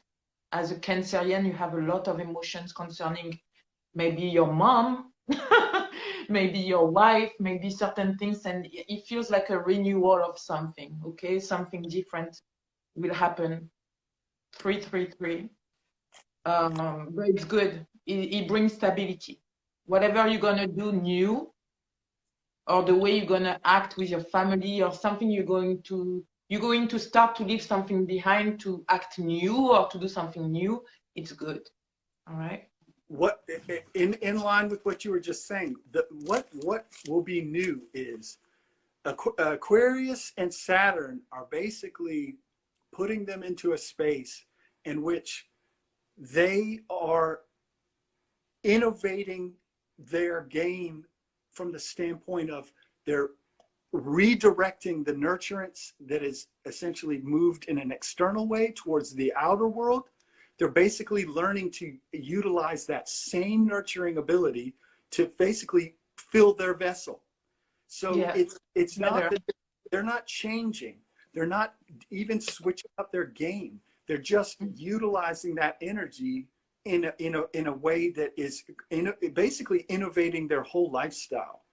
No You longer, they're redirecting their energy towards them yeah. to bring it back better. And that's good, Cancerian, because sometimes you're stubborn too. So, you know. Well, what's so dope about it is that Cancer, the family is basically the whole notion of family is essentially what keeps a culture together.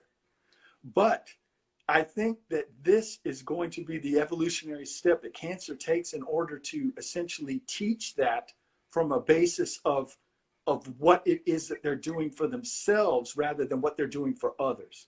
So they're basically teaching how to nurture based upon the evidence of their nurtured life. Yeah. Of what they've done for themselves. And that is Aquarius. Aquarius is it's about individuality. What are you doing for your individuality, for your own process-oriented model of individuation from not knowing the self to full awareness of self, acceptance of self, and expression of self in the spirit of service. And I think Cancer will be a leader in that space because they will basically be able to say, look at what I've done for me. not look what I did, not look what I did for her or him or my kids, you know? Yeah. It'll be like, look what I did for me. Finally, yeah, but that's good that they deserve it. And it's funny because 333 gives us a 9 that is completion, so they're completing something. And but not only, but the first card that came out was the Empress, and that speaks a lot of your alignment, how you feel about yourself, your inspiration, what you want to achieve, and how, and the nurturing too, like just HESHAM was talking about. So that's beautiful first card to come out. That's awesome, dude. I love this. Again, I love this. This is just so much fun. I get to bounce my ideas off of you. It's like, I swear to God, I feel like I'm just like we're playing ping pong or tennis or something. It's just great. This is real fun. Okay, all right, so Leo. All right, so Leo's experiencing this Aquarius stellium in the 7th house, okay, of marriage, negotiations, partnerships, business, partners, contracts, you know. Basically, this just represents the way that they relate to others in the sphere of partnerships. That's the 7th house. You know, like, what's your partnership style? Like when you go into business with somebody, how do you roll with them? You know, like to what, you know, what is your style in that arena? That's the 7th house really elicits that. And it elicits the way that you engage with your, you know, like, how do you make the day-to-day work with your intimate partners? You know, like, how do you make it work outside of the realm of intimacy? You know, how do you just make the whole ship come together and operate as a functioning unit? All right, so basically Leo is looking for ways to initiate new partnerships that allow them to balance their need to radiate their talents and services to the world in a manner that suits their sense of individuality, okay? And on top of that, they would appreciate being acknowledged not only for their contributions, but for the unique way in which they choose to contribute their skills. And they're willing to sacrifice whatever it is they must do in order to build a kingdom in which they have people around them that will support them in that way. Because to be perfectly honest, right now, with Aquarius, all this energy, they are essentially, they're experiencing a lot of negativity, you know, aimed at them just for the sake of they stand out so much, you know? Leo just, a Leo can't come into the room and just present, you know? It's got to be a production.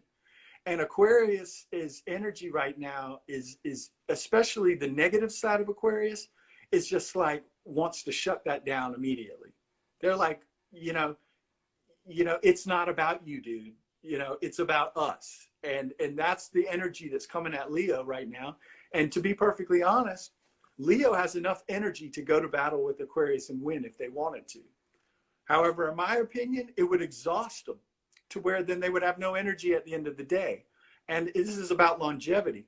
So I really think that this Aquarian energy is an opportunity for, at least the stellium, is an opportunity for Leo to essentially, they can back away and essentially build their own world.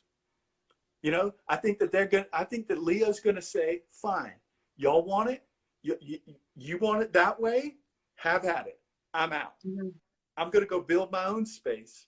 And when this shit hits the fan, don't come knocking on my door, because I'm not going to come back. And if they do choose to come back, they'll do it under a state of absolute necessity. They'll do it out of a state of service, because the shit has gotten that bad. But I do see them walking away and saying, that's it. I've had it. I'll give you what my best, and if my best isn't good enough, then I'll take it elsewhere. And I guarantee you, I have enough resources of my own to basically build this here. And I think that that's where Leo will go. And guess what? They will rock that kingdom. Yeah. You know? They always do. They will rock anyway. They always do. Like I just think that this energy has, in a sense, opened their eyes to the fact that you could give and give and give the best quality and the best service and still not be appreciated. You know what I mean? Even if I think that what the lesson is that when we give our best, if we're giving it with the hopes of acknowledgement or some sort of respect, that we will be, this is the lesson Saturn is teaching, is that you must know the value, and you must acknowledge the self first. You must first respect the self first, and then you won't even ever feel the need to be in any way admonished by the external world. And I think this will be the game changer for Leo in that space, is that they will finally be in a space of, this is coming from within now. I don't need your approval. And that's a huge upgrade. Huge. Because, you know, I mean, imagine, let's do an experiment here. Imagine like a rock star metal guitarist that's a Leo. What do you think the quality of his solo is going to be if there's no one in the audience, versus the quality of his solo if the stadium is packed? Right. You know?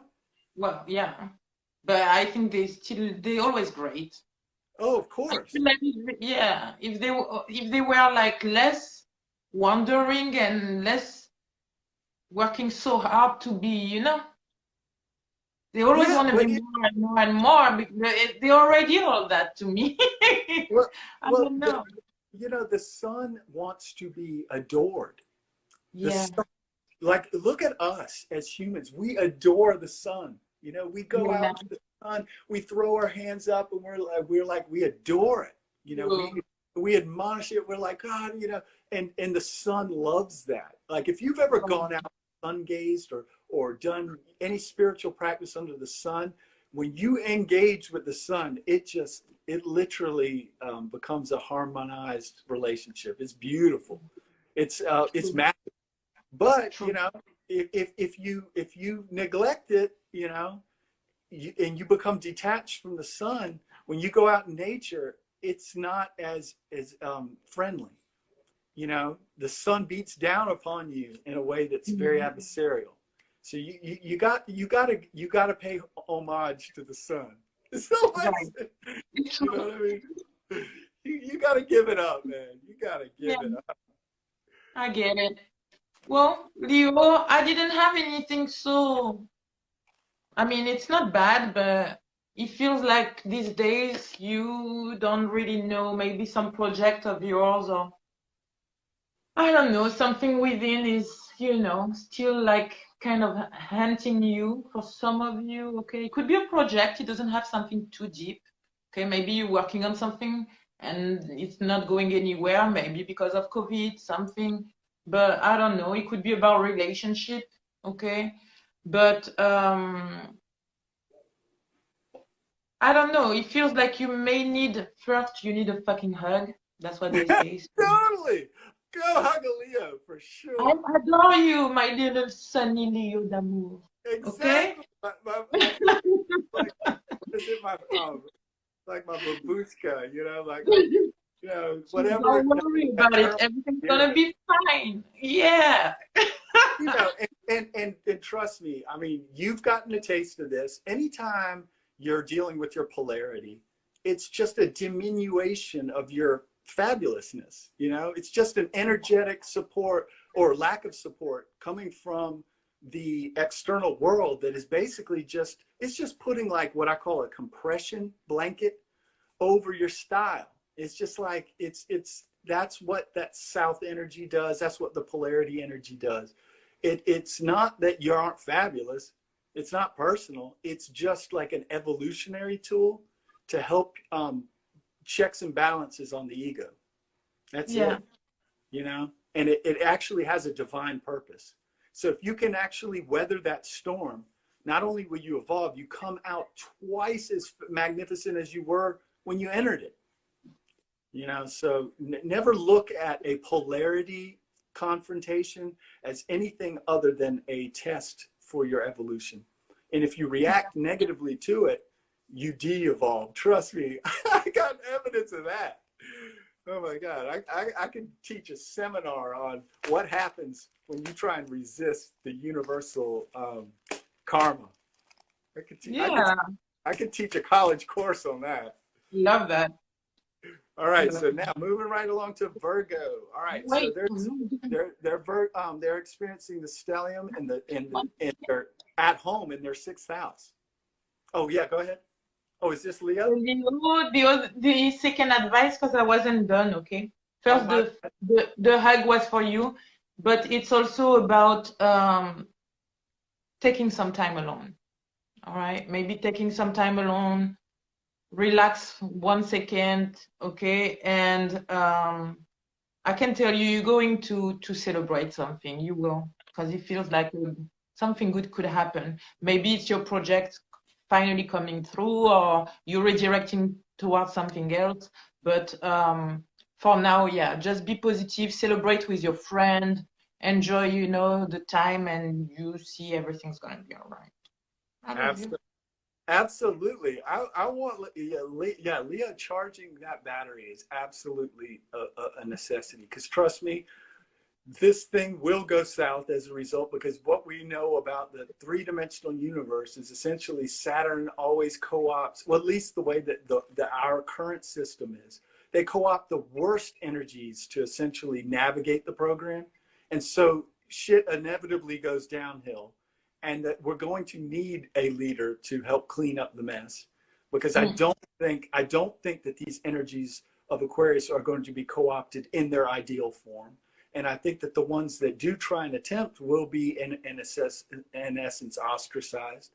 So there will be a cleanup, and I guarantee you Leo's going to be the only energy that's going to have the know-how, the leadership capacity, tenacity, being that they're fixed to finish this project and make it right. So, so recharge the battery and please help us when you see a window of opportunity. All right, so Virgo, experiencing the stellium at home in their 6th house. Okay, the 6th house represents your physical health, your wellness, your exercise routine, your health and wellness regime, the services that you provide to the community, your habits, and even your pet's health, you know, surprisingly enough, you know. All right, Virgo being ruled by Mercury, okay, they're feeling a blending of the mercurial energies with the Saturn Aquarian energies, you know, which potentially restrict its typical quickness. That mercurial quickness and energetic style of expression is, you know, again, putting a bit of a cramping style on their swiftness. Plus, with the Mercury retrograde right now that lasts until the 20th, Virgo is feeling a bit cramped and somewhat limited to a certain degree. Not much, but I mean, you know, they're usually firing on all 6 cylinders, and they're probably feeling a slight diminution in that firing. Okay, so basically Virgo has the potential again to experiment with new ways to approach this Aquarian spiritual dynamic, and they're experimenting with a few different modalities in an effort to find something they can ultimately teach themselves and profit from. Because essentially, in order to accommodate this, they accommodate this need or accentuate an existing job or lifestyle, they are shifting their day-to-day routine in a way that helps them fit this regimen into their existing schedule. Basically, the way I saw it is Virgo's looking around at a lot of these people who are teaching in the spiritual community, and they're sizing up their strengths and weaknesses with a quickness. And they're seeing, not only can I do this, I can do this twice as good as this guy can do it. And on top of that, I don't have to do it. I'm just doing it because I see an opportunity that this guy is failing to take advantage of. So basically, it's almost like a very, the way I see it is a very entrepreneurial spirit. Like they're seeing the Aquarius energy coming in, and they're seeing the potential for money making, opportunity, advancement in career. And they're basically sizing up the competition, and they're saying to themselves, not only can I do this, I can do it twice as good as that guy. And I can do it now with what I know as it is. And so as a result, they're basically just taking up opportunities that they're seeing other people drop the ball on. They're not even stepping on anyone's toes. They're just Right. I don't hear. Okay. Yeah, they're just jumping on opportunities that they see are being left by the wayside. So they're not actually hurting anybody. They're not like going out and like hunting down Well, anybody. we're being opportunists, right? Yeah, totally. I mean, they're just seeing, like, because they have this incredible analytical ability to see the strengths and flaws in a person's game. And they're seeing like, oh my God, look at all that they could be doing in terms of what they could be tapping into. I'm going there, and I'm gonna fill that hole, because that's how they just have that, they have that ability to assess, you know. And I think that it's just a potential. You know, again, all of this, it gets grounded out between Mars and Uranus and Taurus. So again, it's the ideas are stimulating the Virgo intellect as to, I could go and jump into this realm. However, the grounding energy of Mars and Taurus and Uranus and Taurus is saying how to develop a plan to implement these ideas and put it into reality. So again, it's checks and balances. There's no wild, wild west for any sign here where they can just come in and swoop in and just, you know, take the world by the horn, or take the world by the horns and shift reality to their will and their bidding. But there's opportunities there for Virgo, and they're grounding it out and seeing potential. Yeah. As you said, like 10 of coins, right? No. Yeah, 10 of coins. So new beginning, feeling stable, feeling like you can achieve a lot of things, maybe feeling good at home. Okay. Maybe in the past or recent past, you felt very much betrayed, very much like, you know, like people were maybe, you know, not doing right by you. It feels like this is a little bit in your head, but you have this healing happening right now, and you really focusing on that, on feeling good, stable, happy with what you have, your money, your finance, for sure. Maybe cleaning, because we know you like to clean. But hey, but I think you manifest a lot of things. Sorry, you manifesting that 10 of coins. You manifesting it. You really healing something. For some of you, it's really spirituality that bring you to that conclusion that it's time to end something also, maybe a cycle, whatever cycle it is, psychologically and physically. But yeah, it's beautiful, okay? It's beautiful. For some of you, I have to say that I had a vision, and I'm just gonna say it like that. Should I say it? I'm not sure. Yeah, go ahead. Yeah, but I saw maybe for some Virgo, I saw someone passing away around you. It could be someone you know from work, from maybe church, something spiritual. It could be or someone that is close to you. And if you're going through that, just know that you have all my love and all my prayers. And yeah. Yeah, you know, actually, that you say that, it actually did trigger an idea. I'm sure that Virgo, being that they are so hyper aware of the details regarding health, period, that they're probably super hip to protocols that will protect you during this this experience of the COVID, you know. And I'm sure that they've been preaching this gospel for a long time, and much of their warnings have gone unheeded.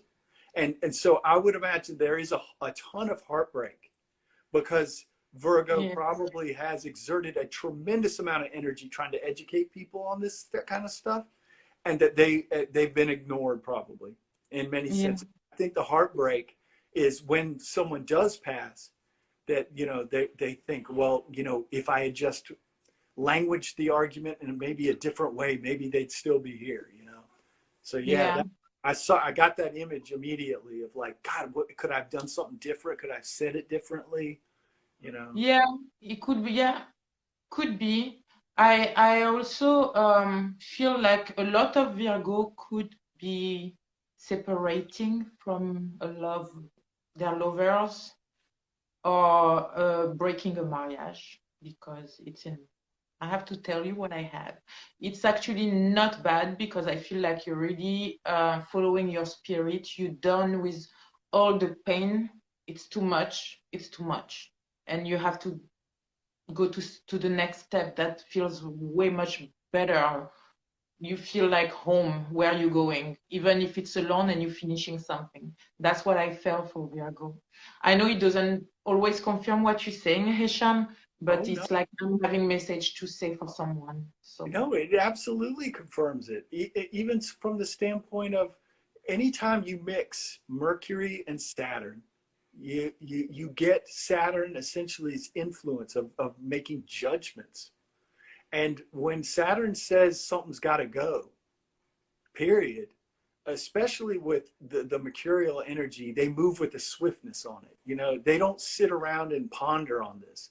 You know, yeah, they get the instinct to make a shift. They do it with a swiftness. That's Mercury. oh And, yeah, you know, and at the same time that they cut off these relationships, they will have a damn good rational argument as to why it's conducive to them, that will even convince the person who's getting the relationship, the butt end of it, you know, to right, where they'll have the power to even convince them that it's for their better good. So, right, you know, that's what Saturn does. Saturn will swoop in and utilize that mercurial energy to pass judgment and move swiftly and act.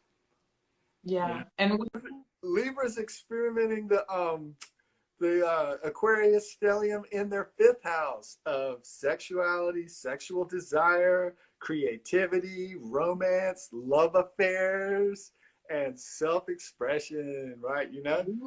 Okay. So Libra, so on top of that, you know, this blending of the Libra, you know, Venusian current with this Saturnian Aquarian current is basically eliciting a strong desire to initiate actions to express their deepest and most suppressed aspects of their personal individuality. Okay. They are experiencing this awakening of all the parts of the self that have been neglected as a result of being the arbiters of balance good taste, politeness, diplomacy, playing devil's advocate, outer directedness, and overall dedication to the social sphere of influence. That's what came in. Libra. You know Wow, what I mean? that was something. Yeah. Yeah, it's groundbreaking to them because they have always been in a situation in which they've had to make small compromises to essentially administer to the whole. And that's what they do. It's their superpower, is being able to meet halfway with people to create balance. And this is why Libra is integral to the zodiac. They have this gift to be able to meet halfway with people. However, in so doing, they have to suppress certain aspects of themselves.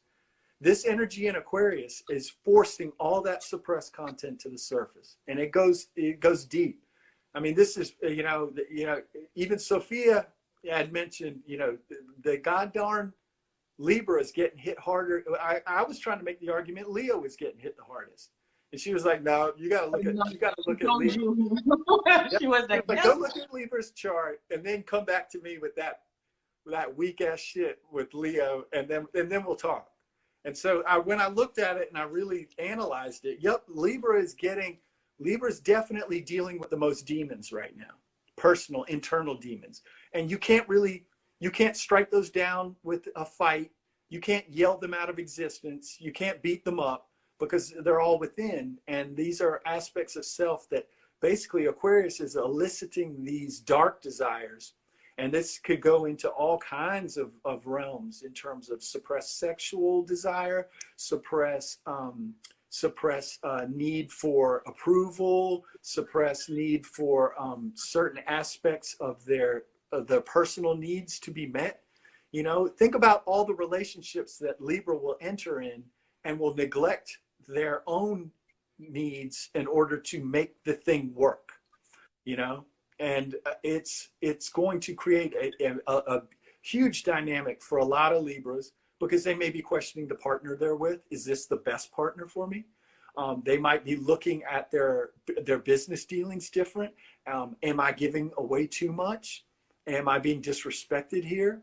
Am I actually being appreciated for the sacrifices I'm making in this deal? Am I being met halfway? Because it comes effortless to them to engage in this fashion. However, they probably in many instances don't require anyone to reciprocate. That's just, and I think that builds up a toxic buildup over time. I think that this is forcing Libra to deal with that shadow side. And you may see a lot of Libras essentially engage. I want to make sure this thing. Okay. I hear you. Yeah. Sorry. Okay. Yeah, I want to make sure this thing's charging, because I keep getting the signal that it's not charging. Yeah. Don't leave us. Yeah. Okay.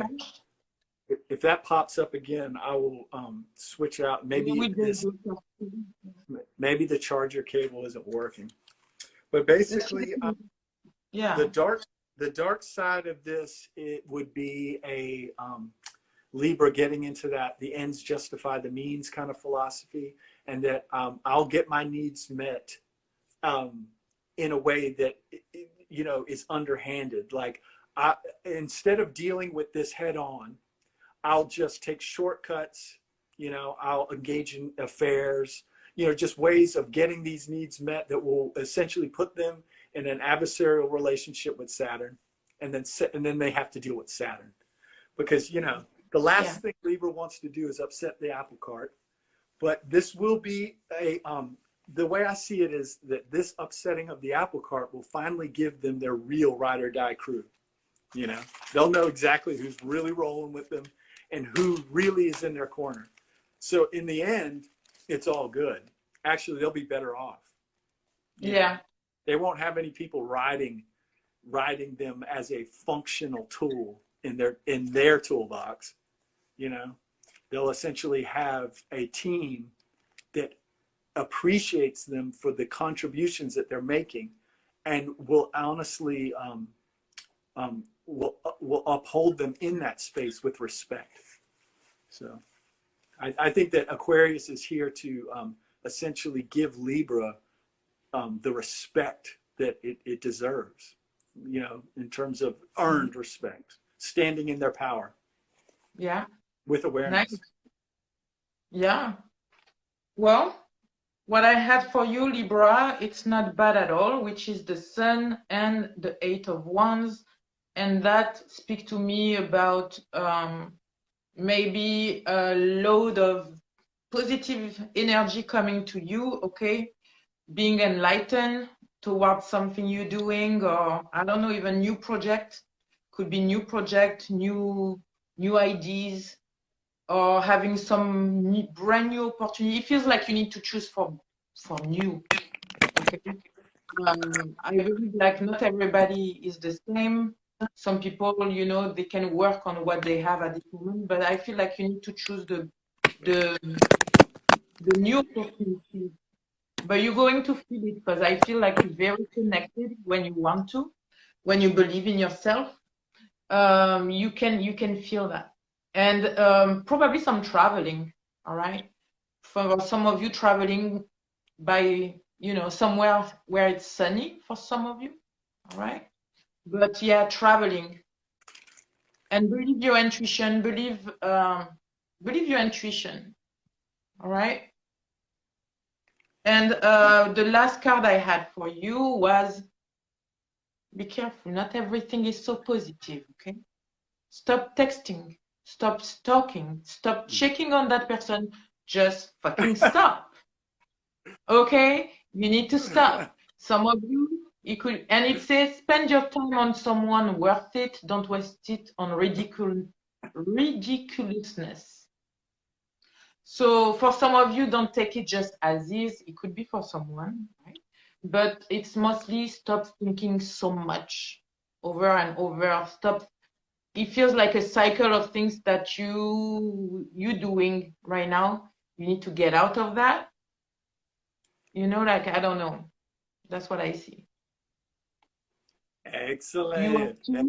You two are speaking to me, Libra Sun and Ascendant D9. What I mean D9? D9 chart? Oh, what? Tell me, HESHAM, I don't know about that. What, D9?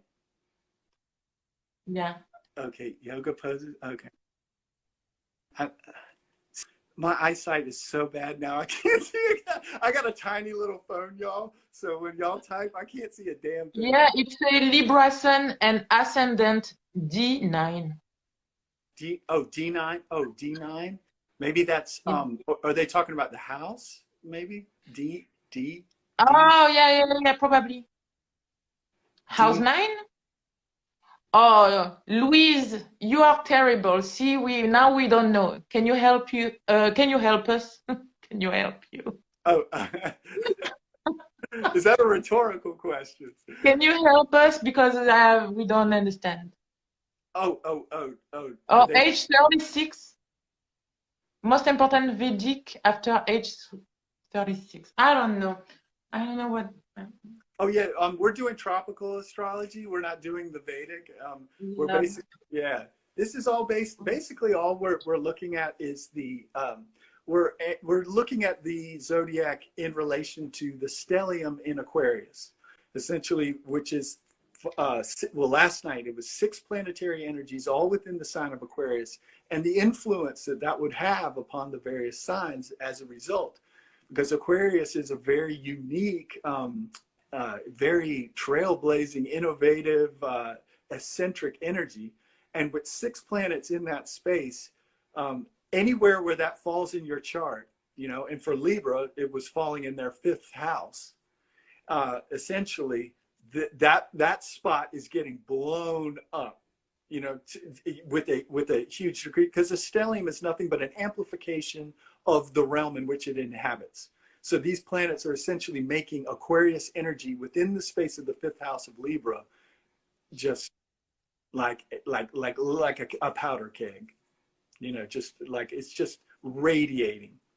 it's like Aquarius times 50, 1,000. You know, it's just a big, big, big energetic surplus emanating from the ideals that Aquarius represents. You know, being expressed through a Libra sensibility. Damn. Oh shit. It's like, come on now. You know, and being that Libra's an air sign, you know, I mean, they can co-opt this energy and work with it. It's a different way of doing things. Think in terms of Libra as the diplomat, whereas freaking Aquarius is the rebel. You know, Aquarius is the, you know, the just does not give a damn. And it's there's a dichotomy there. You know, you're never going to see Aquarius make concessions for anybody else, whereas Libra will meet you halfway, and that's their gift. You know, I would say maybe even the detached way in which Aquarius does business can be to a detriment. You know, if you ask any Aquarius what their life is like, most of them will say that they spend a lot of time in isolation because they can't get along with people. You know, it's their way or the highway. And unfortunately, that doesn't make for good relationship dynamics. So, all right. So with that said, all right, we're moving right along. All right, we're almost done, Katya. Let's do it. It's Scorpio? Right. Are you still with me? Are you still with me? What do you mean? Wonderful. No, but I'm answering the chat a little bit. I'm sorry. Yeah, no, but no, I'm listening. Actually, I'm glad that you do, because essentially by you doing that, I can't read it, and I mean it's just I got the smallest. My iPhone is that big, y'all.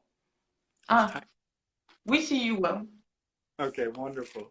All right, so now Scorpio. All right, here I'm a Scorpio sun, so I'm dealing. This is definitely near and dear to me.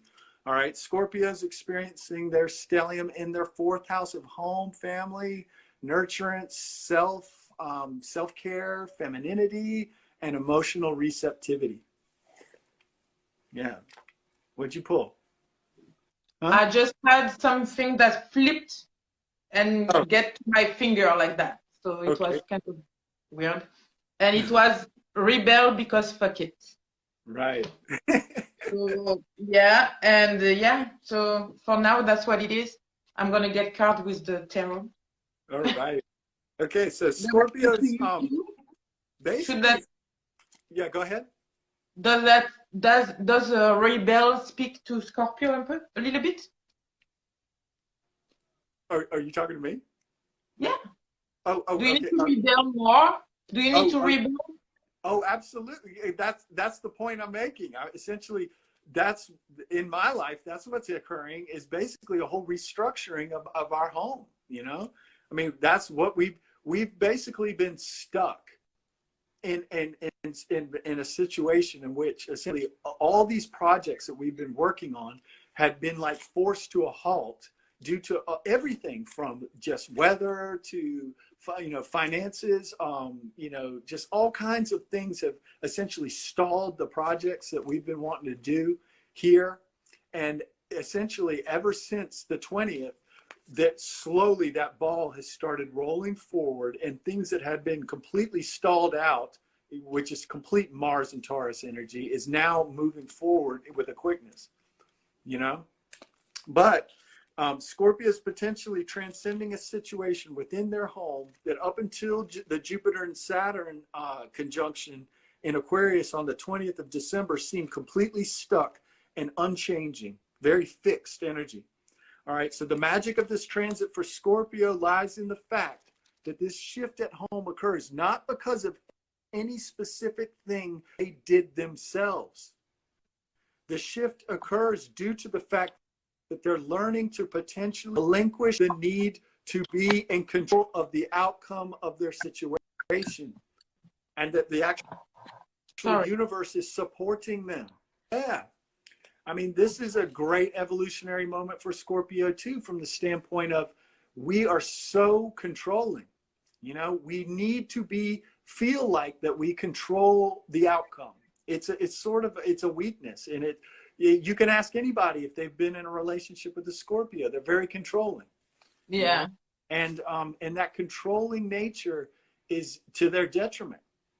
And this transit, if they open themselves to the energies of essentially innovation, if they open themselves to the idea of universal support outside of their efforts, you know, kind of like a Sagittarius, like have faith.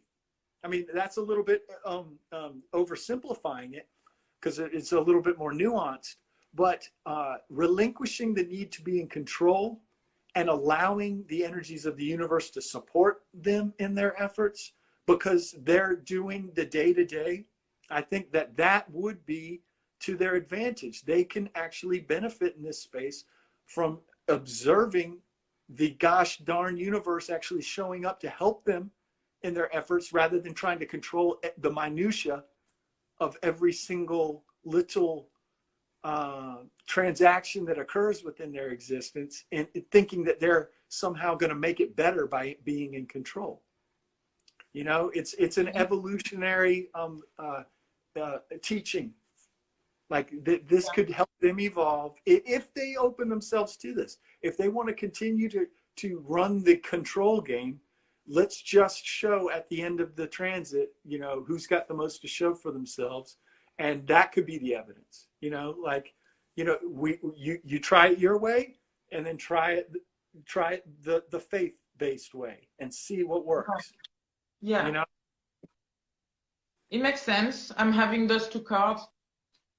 So they're pretty beautiful. To me, it speaks about some kind of, well, it's the judgment card. So the judgment card is about, you know, something that cannot be, you know, reversible, a big change, right? For some, it's a big awakening, an enlightenment, something, you know?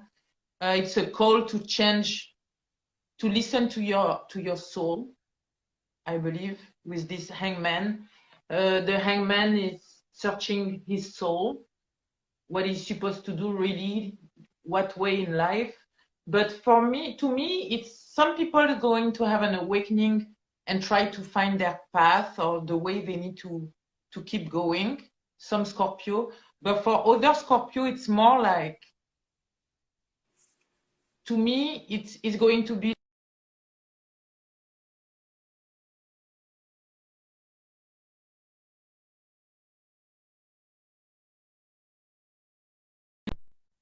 do you guys hear me? Sorry. So Scorpio, I feel like if it's not you, like changing path, having something that a big change in your life, okay, and you trying to figure out what you want to do, how you want to move on with your life or whatever you're doing, it feels like it could be some Scorpio who already have this spirituality and they need to reconnect even more and to be open to change. Oh my God, Absolutely. Absolutely.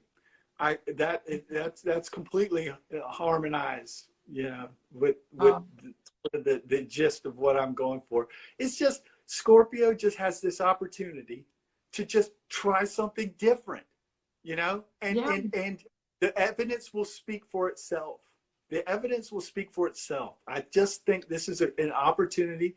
They don't have to, you know, I'm sure that Scorpio will still be just as successful if they force and crowbar their way into a situation and use control tactics. They might have a lot of success. It's a quality of life opportunity. This could be an opportunity in which they don't have to exert as much energy to obtain an outcome because they actually work with the universal energies. It's a gift. And they really say rebel because fuck it. And when I hear that, I'm seeing a lot of Scorpio with you know, like those leather jacket, like rock, like you can rock your life, like rock it, you know, like fuck it. And sorry, I have to say it as I hear it, okay? And what was funny earlier is because I had this vision of, you know, like that Scorpio that transformed into a butterfly. I was like, what happened to that? You know, it was so weird. It was very weird. It was just transforming like a butterfly. I like that. But I do believe that the preferred language of Aquarius is curse words. I think that curse words are essentially like, you know how people use emojis you know, to Yeah. communicate ideas. I think Aquarius use vulgar language in a way, they communicate it in a way that's different. They don't use vulgar language just to essentially insult people. They use it as like even terms of endearment. Like, you know, I guarantee you that like when somebody first came up with the idea of calling Miles Davis a motherfucker on trumpet, that was an Aquarius, because he was using motherfucker as a term of endearment. He wanted people to know, oh my God, this guy rocks. You know what I mean? So I think that Aquarius has the ability to use and transform even vulgar language into something that's literally divine. You know, that's, again, that's what makes them so special in the zodiac, is that they can do the things that we, in terms of being weird, that we wish we could get away with, but we don't know how to present it right. They just have this little a way to present weirdness in a way that's like, you know, in retrospect, people look back on it and go, damn, that was genius. You know, maybe not at the time. They probably, I you know. swear I must be channeling Aquarius energy a little bit. Yeah, Because I've been you talking are. a lot, mostly for you, Scorpio. I don't know if you, although if you have, yeah. If you, what house do you have Aquarius in? That's how we'll know. Do you know? I don't know, but look, I straighten my hair. I'm having these flowing things. Like I'm like in a survette sportswear with like a nice little, it's so weird. I never do that. You know, And if I was to get it off the top of my head, just knowing that you're a Sag sun, you know, it would be intuitive to think that your Aquarius would be in the third house. So I mean, just intuitively speaking, it would be in the third house. But you know, that could be very, you know, that could be radically different. It could be in the fourth, you know. But the point is that you definitely, your ability to communicate would definitely reflect. You have a very sort of liberal sense of communication. Like you're not very locked into one way of communicating. So and you know how to chop it up with a multitude of different, you know, energies. So I would just off the top of my head, I would think that you have Aquarius in your third house, just in your communication style. Potential. I will have to check. Yeah, it's possible. I mean, if we were just to run it down, equal houses, yeah, if, you know, depending, yeah, if we were to do the equal house system, I would almost guarantee that it would be your third house. Yeah. And Leah say, what about Aqua in second house? If you had Aquarius in your second house, you would probably just have a super eclectic way about making money. You know, I mean, it very well could be that, because look at how you make money. It is eclectic. True. So it could be either or, to be honest, because you're an eclectic girl for sure. Yeah, you're definitely one of a kind, Katya. I must be. All righty. Okay, so we knocked out Scorpio. Do you have anything else that you would like to add to Scorpio, or would you like to move on? I don't know. I want another cursey one because I feel like Scorpio need it. Let me see. Okay. Another for it. good message for the Scorpio. Just one more. Yeah, for sure. Got it. See, you are giving away your power. You are a badass. Act like it. Oh, shit. Actually, that's what my wife said to me this morning. For real. Act like it, I told you. You're badass. Yeah. Yeah, that hits home, to be honest. That's why I see you rocking with a leather jacket like rockers. Like, I don't know. Absolutely. I don't know why I see Scorpio like that.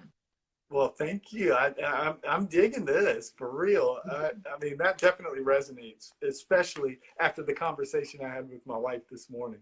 She was shit. All right. Okay, so Sagittarius. All right. They're experiencing this Aquarius stellium in their third house of communication, public speaking, mental activity and thinking, as well as academic learning, you know, and siblings, you know, dealing with siblings. All right. So Sagittarius is feeling a need to experiment with new approaches and techniques to nearly every facet of their communication style. Okay. They're actively seeking out ways in which they're looking to completely change the way they currently express and communicate within the public sphere. And as a result, they are experiencing an increased fixed energy surplus that is fixated on taking action quickly to act upon this impulse. Okay. Again, this is this energy, especially to a Sagittarius sensibility, is kind of like that itch that won't go away. And it's one of those things that is creating a dynamic in which they feel compelled to act, but they might not necessarily have the plan in place. And that is what, again, I want to remind every single sign, everything that I've talked about today is the way that they would potentially react due to a result of the mingling of these Aquarian, Saturnian energies with their sign. Okay? The grounding energy comes from the Mars and Uranus and Taurus. This is the fact checking and the reality check to the great ideas that are being birthed out of this energy. Basically, this is just it's like shaking up a Coke bottle, and you know, all that pressure is being built within the Coke bottle. And essentially Mars and Taurus is essentially giving the advice of don't open that cap until that shit, you know, subsides, then open it, and then we'll deal with it. You know, they're trying to come up with a plan, and they're trying to pull the reins back, energetically speaking, so people can actually start to integrate these insights, these downloads, these great ideas, all these, you know, basically new awarenesses that are arising out of this air element that Aquarius represents. And that is the conundrum, is that everybody wants to move because the energy is so high and their mental activity is so potent. Everybody wants to move on an idea, but they really don't know what they're stepping into. They're just going off of inspiration. They're going off of fumes, you know, they're riding on fumes, and all they need to do is ground the plane and establish a clear path of execution. That's Mars and Taurus, Uranus and Taurus. That's the lesson.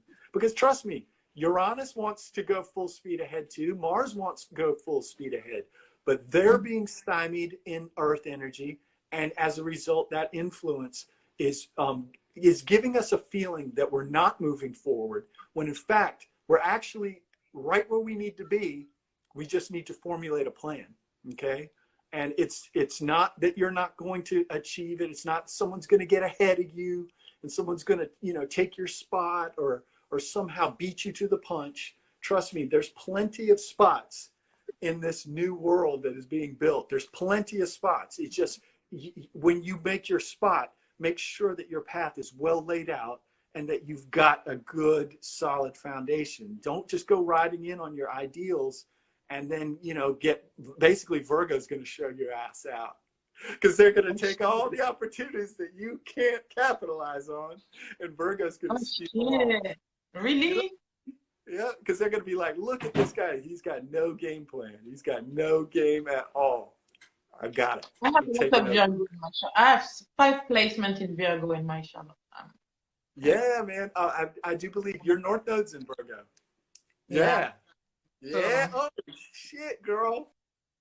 Oh, so if you start keeping game, if you start keeping on other people's, yeah, swoop in and just freaking just utilize everything. That's I'm a big opportunist too, boo boo. Don't worry. Just kidding. Absolutely. All right. So, yeah. So Sagittarius is essentially being challenged to switch up their game just slightly. All right. And it's sort of an approach. Whereas Sagittarius lends themselves to surrender and faith and allowing the forces of the universe to essentially work in their favor and create outcomes for them. They're being just called upon to switch the game up and actually start to operate from a place of autonomy. Like, actually, I'm going to show up. I'm going to make this thing happen. based upon what I'm willing to do. And it's just, it's a different approach, and it doesn't have any less value or any more value. It's just a different way of doing the same thing. It's a little less faith-based. It's a little bit more faith-based. Like, I'm basically putting the faith in me versus the universe. You know, it's basically just flipping the coin and having them develop their shadow, you know? Yeah. Yeah. Well, the card I had for Sagittarius, it's make better choice. Yeah. Make better fucking choices. Yeah. Make better fucking choices. Hey, trust me, Katiana, with the South Node in Sagittarius right now, there are some Sagittarius out there that have literally destroyed themselves trying to resist that energy. Like they like, you know how some people can ride with those punches, whereas others are literally fighting it tooth and nail. And yeah, they're making bad decisions. Yeah, and then it says behind the card, if you are pissed at where you are, then stop taking yourself there. No shit. Oh, hey, another thing that Aquarius is notorious for is common sense ideology. That it's like, it's common sense. Like the things that Aquarius teaches is shit you already know. You just don't want to do it. Yeah, you just, yeah. You know, so, you know. Yeah, for Yeah. real. It's common sense. Like, it's common sense stuff. You know, it's the stuff that, like, that when you look back upon it, you're like, if I just done the common sense thing, I would have been so much better off. And that's what creates regret, is when you know better and you didn't do better. You know? Yeah. And then I'm having better cards for you, okay? Okay, started a little bit, but, you know, make fucking, you know, better choice. Anyway, you are having a lot of inspiration, dreams, and stuff you want to do. Mostly, I believe, a lot of inspiration right now. You want to do many things, okay? You do what you like, and you can manifest a lot of things at this point. You a manifester. And it's very important for you to keep things positive, to accept new beginnings also. Mostly beginnings that concern, if that concern a career, something you like to do, all right? Mostly stuff like that. You're going to manifest some more, and you're manifesting mostly a brand new opportunity. It feels like you too have a cycle that is ending soon, but for something better. Okay, let's say, because, you know, he has the money, so if it's for work, maybe you have to leave something behind to get that big opportunity. It's going to be a choice. Like maybe a hard choice, but I think you're going to choose new, okay? Because you see the world is in front of you. You know better. All right?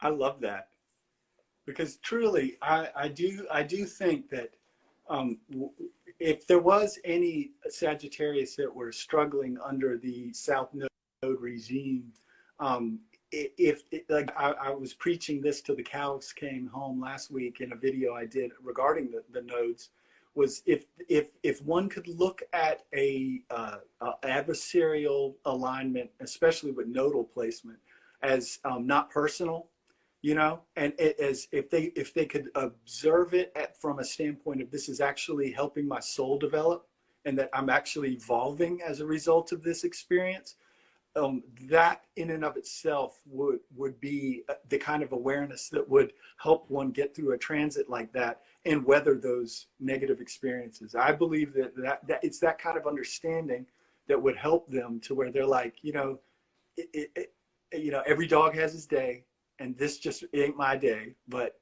it's not forever. Like, this is not a death sentence on my development. This isn't a death sentence. It's not even a judgment on me. It's not a judgment. It's actually basically a checks and balances for the universe. You know, right. It's checking everyone's ego.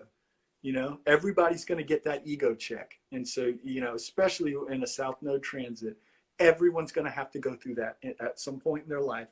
Everybody's going to have to go through that struggle and at least feel those feelings. So yeah, it's, I like that. I like that a lot. Okay, so moving right along then to Capricorn. All right. So the Aquarius stellium for Capricorn is happening in their second house of material goods, material assets, money, income, values, habits, work, etc. All right. So Capricorn is experiencing a desire to initiate actions in regards to changing up the way they make money. You know what I mean? They're basically looking at a ton of innovative ways that they can make money, that not only draws an income, but still allows them to do it in a way that expresses their individuality. I think that's the priority, okay? And again, this is a potential. You know, Capricorn can continue to do work as in business as usual, and they can probably still get results. This is just an opportunity to try something different and do it in a way that could potentially give them even more of a branding, a unique branded element to their services, you know? Because essentially this energy is looking to elicit individuality. It's looking to engage a person in a process of total individuation. And what better way to do that than in the sphere of money making, especially for a Capricorn? You know, you couldn't get a better placement for this for a Capricorn, because Capricorn energy is, you know, I would say it can be a bit rigid at times. However, this is going to really take them into an innovative space where they're going to be looking at things from a lot of different angles and seeing a lot of possibilities. And as a result, they're going to probably connect with more people. They're probably going to have much more of a connection with people that they weren't normally, because this sort of innovative approach of looking at situations in terms of money making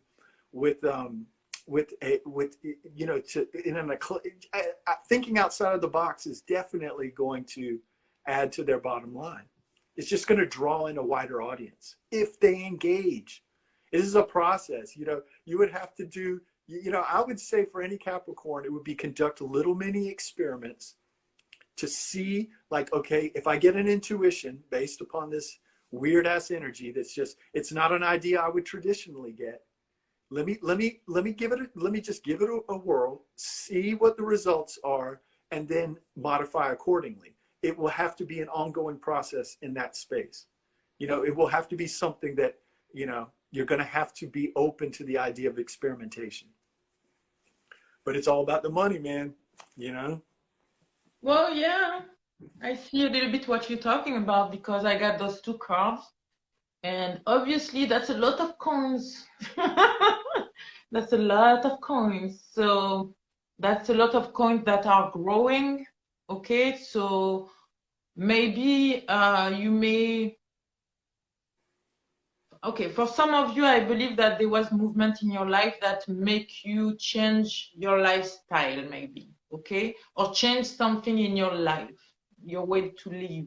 Okay, some of you could have been traveling, but mostly the energy here is being on your own, independent, feeling good, make your money grow, having connections coming towards you, door opening. I see door opening for you. It means like anytime you take the right step, even if it's difficult to leave something behind, anytime I see a door opening, it's like you moving on from something that was heavy for something, I don't know.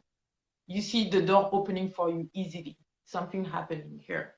Okay, and I think in your head you have that 10 of coins, feeling good, maybe family things also a lot, maybe your connection with your family, showing yourself self-love, but also to others, showing love. Maybe it's something you don't do so much, right? So maybe you're learning to do that. It's possible.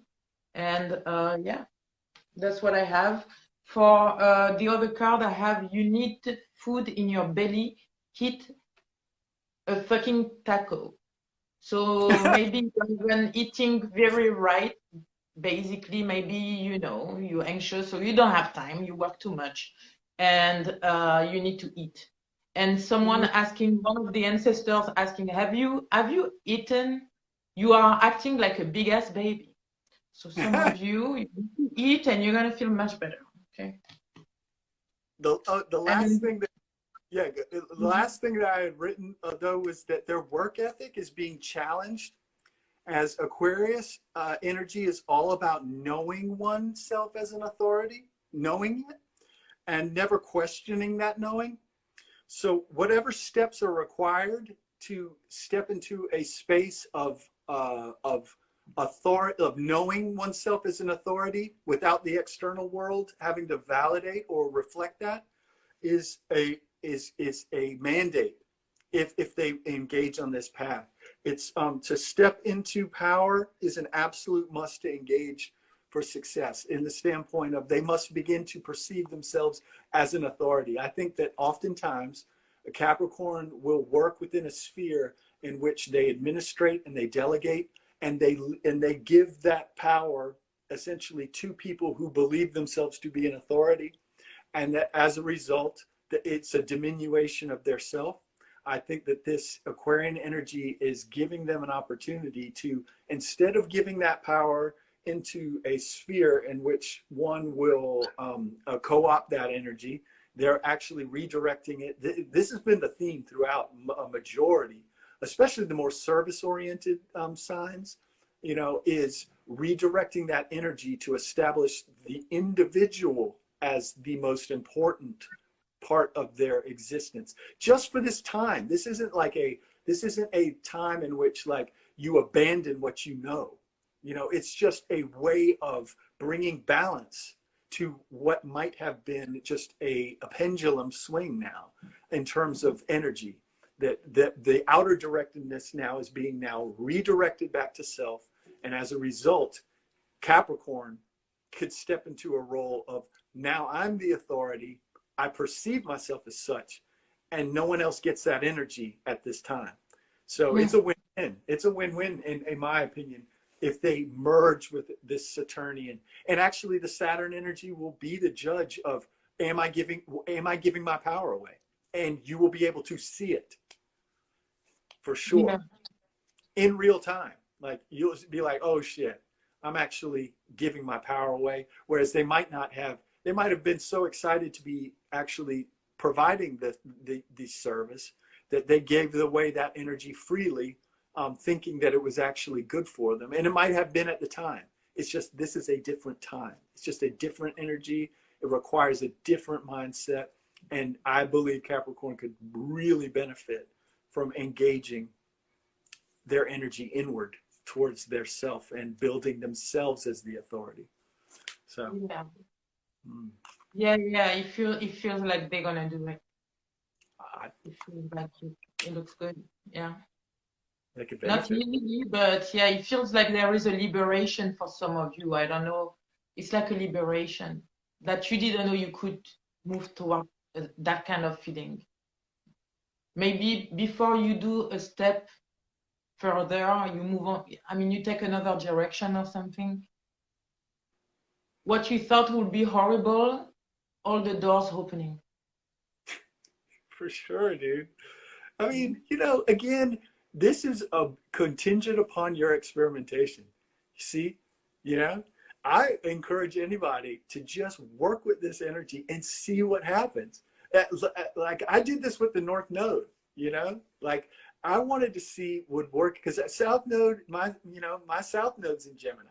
So I thought to myself, you know, there's no way I can work with this Gemini energy and get any benefit from it. However, I found out much differently when I started to align with those Gemini principles of, you know, networking, communication, trying to, like, stepping outside of my comfort zone. I was terrified to speak in public. And as a result, a lot of things began to shift because I was actually willing to try something different that was outside of my comfortability. And I do believe that you will get the evidence. You will get a clear sign as to whether to proceed or whether to back off. So, you know, it's just a bug in everyone's ear, you know, give it a whirl, experiment. Use the scientific method. Yeah. Okay. And eat well, okay, Yeah, Capricorn. Eat better. for sure. All right, so now we're at Aquarius. All right, so here we are. If anybody at this time is literally, if anybody's really like being exalted at this time, they're definitely being exalted. You know, Aquarius energy is they're experiencing the stellium in the first house of selfhood, ego, physical appearance, first impressions, attitude, and identity. All right. And I'd say Aquarius has had more than enough hard evidence that their time has come to rise to prominence. They see the stage has been set in preparation for their first real introduction as like New World ambassadors. Like they're actually in New World ambassadors of all that is funky and badass. You know. So Wait, I'm really the sound excited is not so good right now. 1 second. Can you check your sounds? The sound. Oh, my sound? It's slowing down. Is it? Can you hear Yeah. me? It's like even the image is like it's slowing down. Like Okay, can you see or?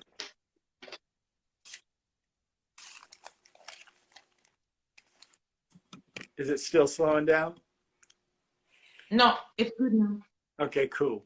All right. So basically, they're basically being introduced as basically a New World ambassador to all that's funky and badass, you know, and that their masculinity is in vogue. You know, everyone wants to be emotionally distant now. Everybody sees it as hip and cool to not care. You know, essentially being detached is the new normal. You know, that's like what is being promoted in the media is this uber detachment from emotions. That is what's being pumped through all the media, is that being distant from your emotional states is somehow virtuous. And in a sense, that is what Aquarius does naturally. They have an incredible ability to detach from emotions to get the job done that needs to be done. And as you know, gross or gnarly as that job may be, they seem to thrive in an environment where there's no emotion. You know, not that they don't feel deeply, they just know how to cut it on and off at will. And I think that's what's being really put. And also the masculinity of Aquarius. If you're noticing, female dress is much more masculine. You see women wearing suits more often. You see women with, you know, more masculine hairstyles. You see women taking more positions that are masculine in authority. From the standpoint of, you see a lot of women championing causes in which they get higher pay raises. They get positions in which they get to call the shots. I see a lot of women stepping into this idea of, I want to be perceived as an authority based upon my merits and what I do well.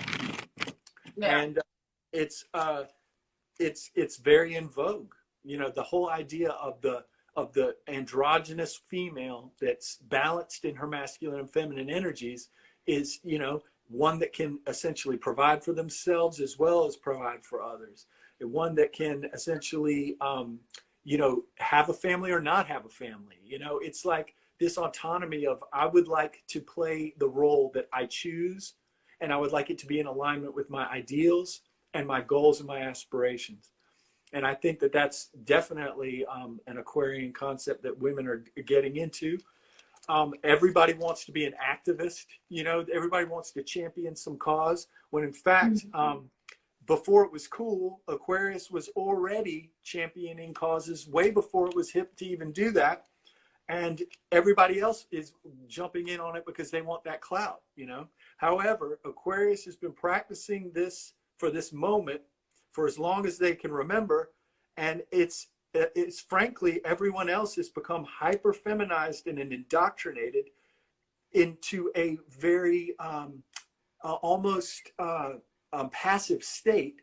And I think Aquarius's energy is here to wake up the collective that We need to embody masculine principles. And I think the Aquarian females will be the one that will actually administer that message from the standpoint of people will trust a female to administer that message a lot more than they're going to trust a male, because patriarchy has, you know, essentially created a bad rap for itself. I think the Aquarian females are definitely going to usher in this energy in a way that will be accepted by all, because face it, females are, they know how to present a message in a way that's a little bit more nurturing and a little bit easier to digest than, you know, if a guy gets up on stage and says, you know, guys, you know, world, hey, you need to essentially, you know, man up, pull up your bootstraps and get your act together. It's not going to go over well. But, you know, if you get a female up there, you know, who's actually, you know, doing it as an activist and has something to show for themselves, you know, like, look what I've done for women, you know, these ideas are going to be assimilated and essentially absorbed in a very natural.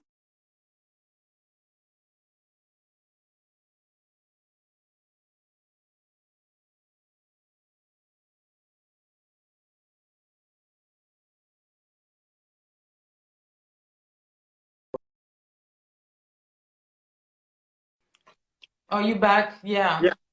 Yeah, Aquarius has been, you know, preparing for this moment for as long as they've lived. I think that they're like, this is their moment. This is their time. Yeah.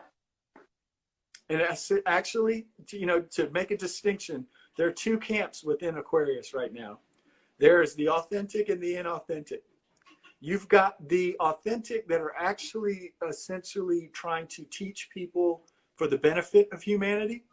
And then there are people that are Aquarian energies that are seeing an opportunity to essentially co-opt the existing morals or mores of the society in a populist contest. Like, you know, I'll champion the causes that are popular and I'll ride this Aquarian wave. It's a very, it's a cheating energy. It's a trickster energy. It's negative. It's Uranus, the trickster. You know? I can confirm that too. You see, that's okay. That's some Aquarius like turning some kind of page in their life. Maybe studying, learning some new things, or teaching. Right? Could be even both, studying and teaching. But for some Aquarius, I feel like you're dealing something concerning your finance, your business. And for some Aquarius, it's also speaking to the community. Maybe you online, maybe some of you going to be on TV or going to be seen, okay, speaking to others, teaching to others, speaking about projects, something that that is important for you and probably bring what you need.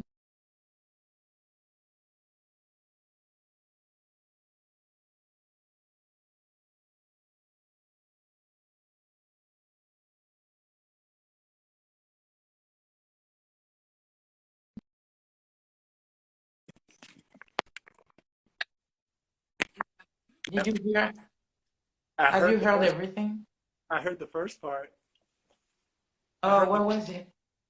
I heard you all the way up to where you were talking about projects that they were doing in the public eye. Oh, yeah. Yes. So speaking to people, community, doing things.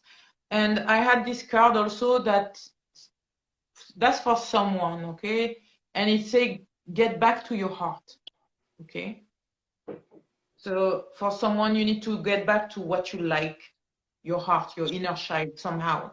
To do, I don't know, you will understand. Anyway, I have a few cards here. It says, fuck fear and get in your heart. I miss you, he said. Okay, that's the one. Well, I think that probably Aquarius is probably feeling a lot of anxiety just due to all these energies in there. Think about it. I don't think there's ever been a point in my life where there was 6 planets within the sign of Scorpio. Maybe there has. I need to look into that. But I don't think I've ever experienced anything like that. I think Aquarius right now, just like Gemini is getting charged with their North Node in Gemini right now for a mission, I think that this is a battery charge for Aquarius to step into a role as a, you know, a new world leader. I really do. Yeah. It's sort of a big responsibility, and I'm sure they're feeling anxious regarding sort of, you know, they know that their time is up and that they're stepping into a new role, and it's got to be intimidating. You know? Yeah, because those two say forgive and let that shit go. So, you know, and the other one is stop obsessing. So he confirmed everything you did. It'll So never happen. you may be anxious, you may be obsessing about things, how they're going, and you know how it is. And now you have to forgive all that, let go, and all right. Yeah. Well, good luck in stopping an obsession. You know, I think that's obsession is what you know, defines Aquarius. You know, they obsess on an idea when everyone else tells them to give up, and it's that obsession that keeps them, you know, believing in something when the whole world is against it. You know, and you know, history always, you know, shines upon people who stick to their instincts and isn't swayed, especially when they truly believe in something's merit. You know, I think that if the universe will test you, put you under a microscope, and if you can actually weather that storm, you'll get what it is that you believed in, for sure. It's a test. All right, so lastly, we'll hit Pisces, and then we'll call it a day, Miss Katiana. All right, so Pisces is experiencing this Aquarius stellium in their 12th house of spirituality, karma, their subconscious beliefs and dreams and unconscious drives. Okay, so essentially, Pisces is experimenting with the integration of all the existing knowledge base that they possess in the hopes of a total synthesis of the various gifts and skill sets that they already possess. Okay, Pisces is experiencing, much like Libra, a shift into awareness of self in a profound way that allows them a highly charged sense of individual purpose based upon that which they have always possessed, but may have not or perceived as valuable.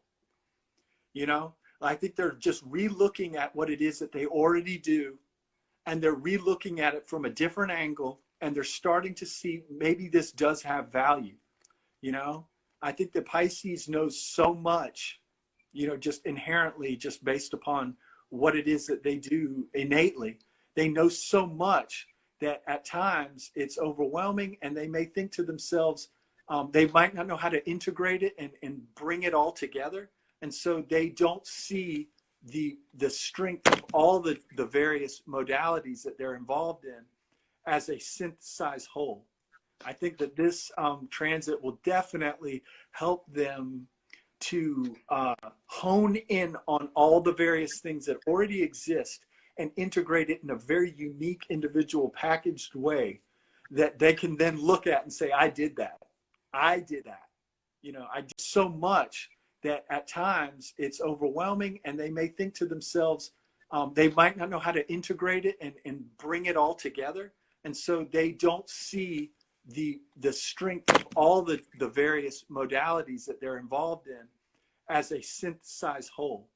I think that this transit will definitely help them to hone in on all the various things that already exist and integrate it in a very unique, individual, packaged way that they can then look at and say, I did that.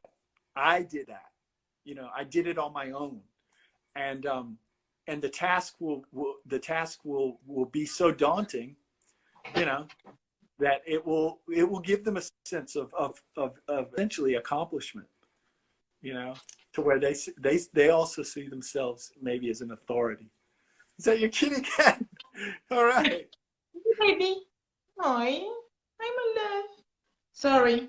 So basically they're basically just innovating their worldview based on simple perceptual changes, just simple changes in their perspective, that allows them to capitalize on their intrinsic value, stuff that they've been doing all along. I really think that this, if they ride with that current, they have that opportunity. The ideas are coming up. Now they need to ground it out, utilizing that Mars and Taurus. Yeah. I mean, it's all there. I mean, this is all experiments that if they engage, they can do it at their own pace. There is absolutely no race right now. Trust me, it's not a race now. What it is can you manage your mental realm? Like, can you actually take in all this inspiration and not go crazy? That's the challenge, especially for Pisces. Yeah. Well, yeah. Yeah, I see a lot of things you're saying right now. So, what else you have to add about it? Oh, that's it for me on that. But yeah. So anything you want to throw at it, go for it, girl. Pisces, bam, Pisces, right here. So some of you, you could have felt a little bit more emotional these days.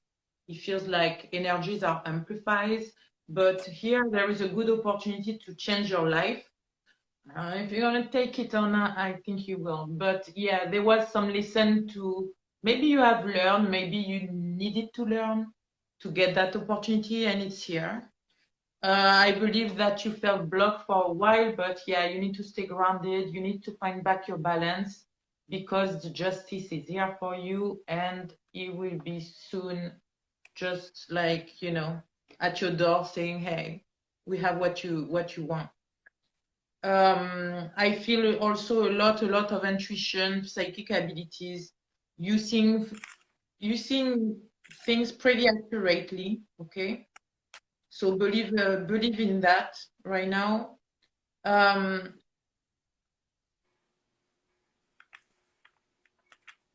For some of you, it could be something concerning justice. But anyway, I'm not going to do the whole reading. But it looks like a good energy, okay? Just be grounded with the justice card.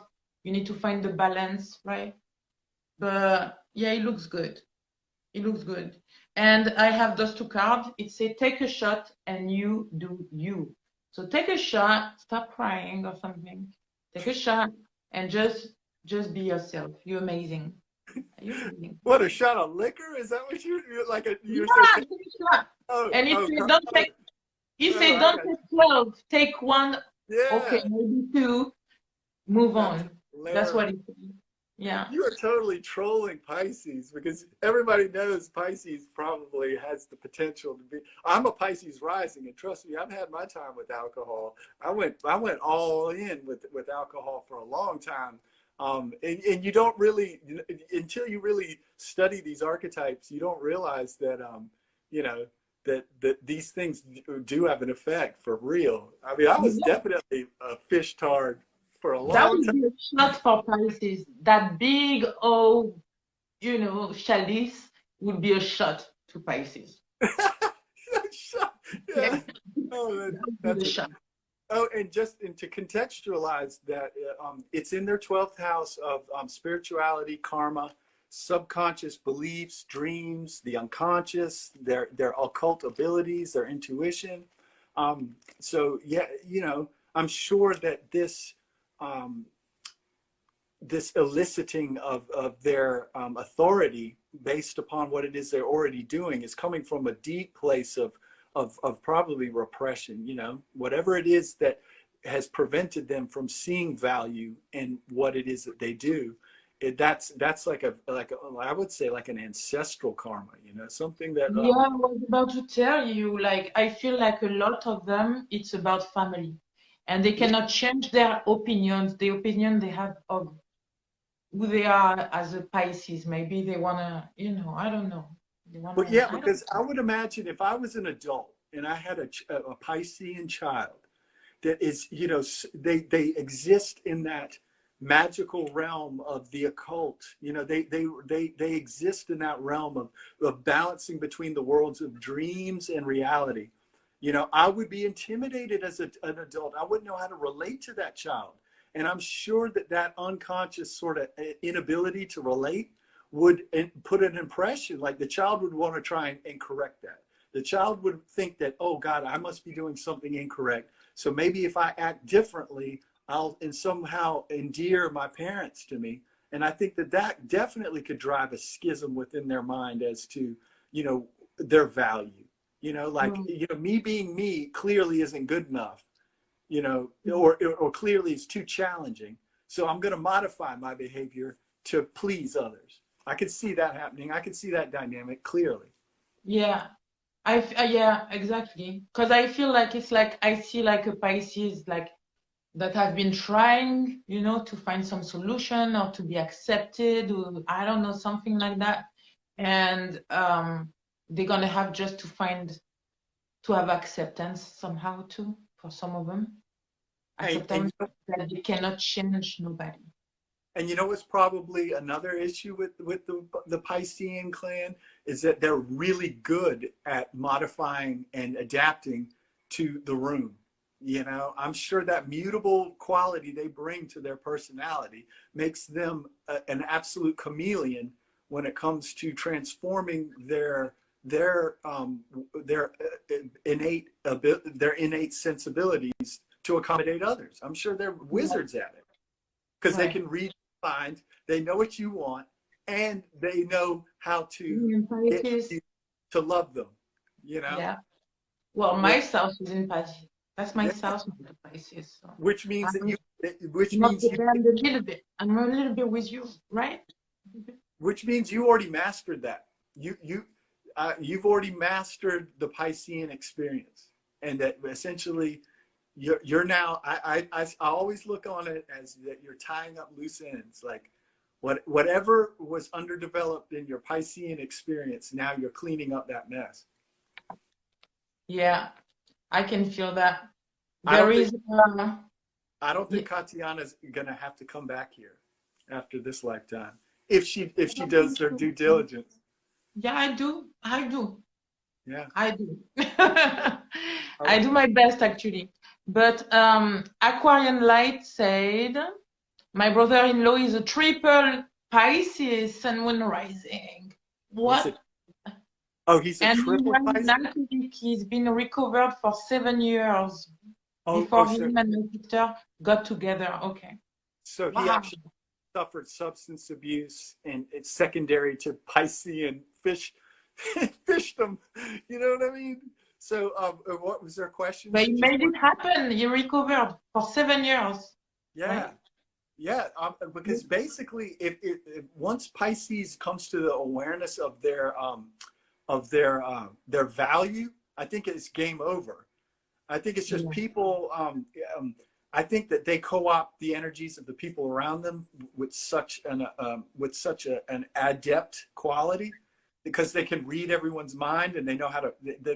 They can get into the people pleaser kind of syndrome, which in and of itself, you know, it's a self-defeating, it's a self-fulfilling prophecy, because every time that you co-opt your energy in the benefit of somebody else, then it essentially just diminishes your sense of self. And the best way to avoid that is through alcohol. You know what I mean? You know, when you've given away everything, alcohol is a perfect place to retreat, to sort of nurse your wounds and just sort of, it's like, you know, it's Neptune. Drinking alcohol is like, you know, bathing in Neptune energy, escaping reality and just retreating. You know, what better place for a Pisces to hide is in liquor, you know, because you can just, you know, I bet you there, because Pisceans always make great artists too. So, you know, you mix drugs, alcohol, and a Pisces, and you're going to have some stellar art. Unfortunately, I got still some little Pisces in me, and yeah. I can feel that happened. It happened. And I love the fact that you're painting now. You know, I really dig that. I encourage everybody, if they like to paint, because it's very therapeutic. Yeah, I love it. So, Katiana, I enjoyed this little meeting of the minds. I appreciate you again having me on. It's always a pleasure working with you. I consider you family just because of our Sagittarius connection. You know, Yes. you're family as far as I'm concerned. And, I'm always happy when you come by and you give all your insights. oh, I come know on. everybody loves you. There was some good comment on YouTube and all that, even here, but you know, I'm not much on Instagram anymore. But Oh, yeah, YouTube, everybody loves you. I hope you had a lot of readings. I'm sure you did. And I'm very happy that you joined me and yes, you thank you accepted to be my so much. guest friend. I want to wish you a safe and happy weekend. And I also, Love you too. Mercury goes direct on the 20th. So, you know, I think a lot of people are going to experience a lot of, you know, projects moving forward secondary as a result of that. And also the 18th, there's a square between Uranus and Saturn. So just be prepared for anything on the 18th, guys. That's going to be interesting. It's hard to say exactly what will happen. Why you didn't say you all, you say cat?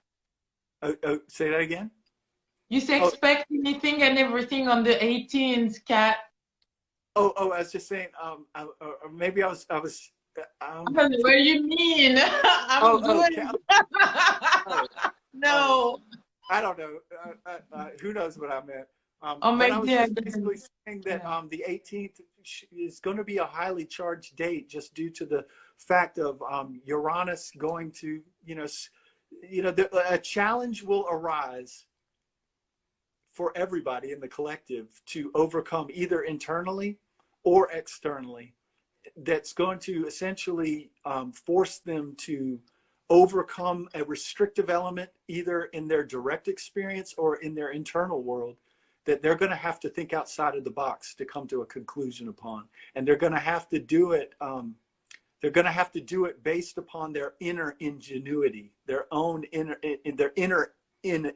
innovator. You know what I mean? You can't look for somebody to answer this question for you. You're going to have to use your own knowing, and you're going to have to step into that role as an authority and an individual authority to essentially accomplish that challenge. You know, it's who knows what the heck's going to come up. I mean, I feel like my whole life has been that theme anyway, you know.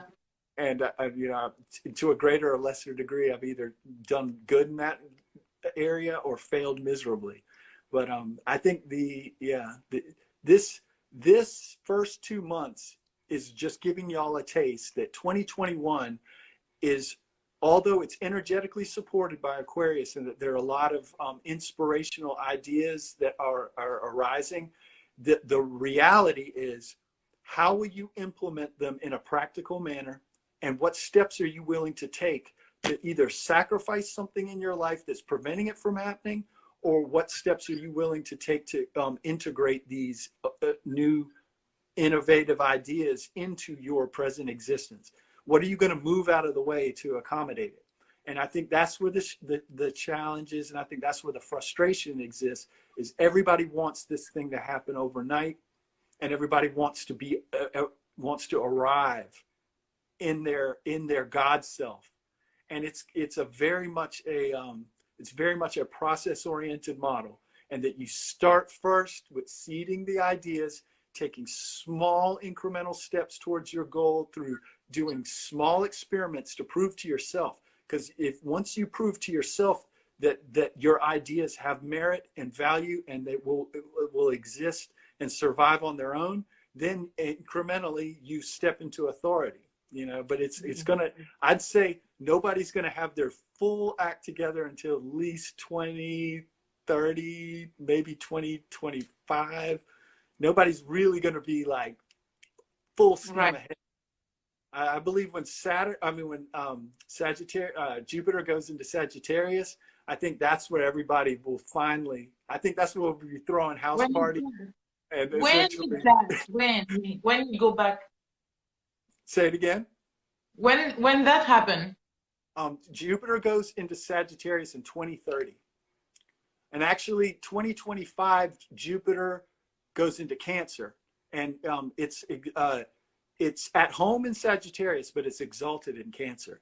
So I think that the expansion of Jupiter going into Cancer in 2025 will be the first taste of like, oh shit, you know, this thing is working. But I think 2030 will be the celebration. It will be the celebration.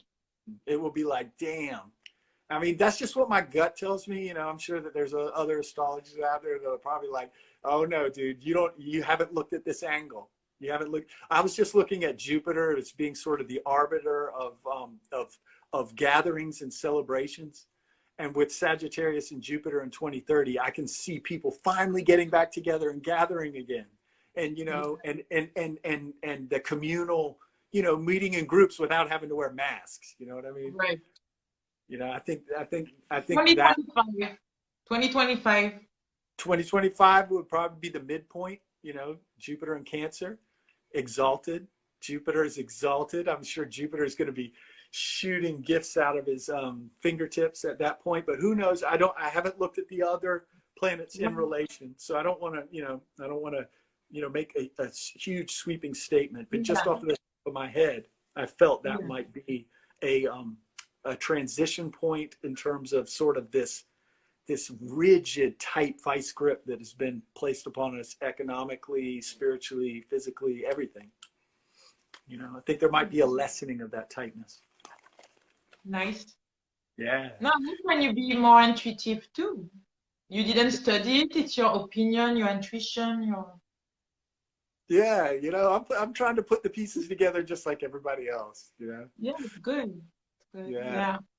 Well, again, again, thank you for all this time. Thank you for being thank you. Always Absolutely. amazing. It was Good absolutely. vibe. Yeah, contact me anytime and have a lovely weekend, and I will be in touch soon. Okay. Yes. All right, Wholeness. Thank you guys. Y'all have a fantastic weekend.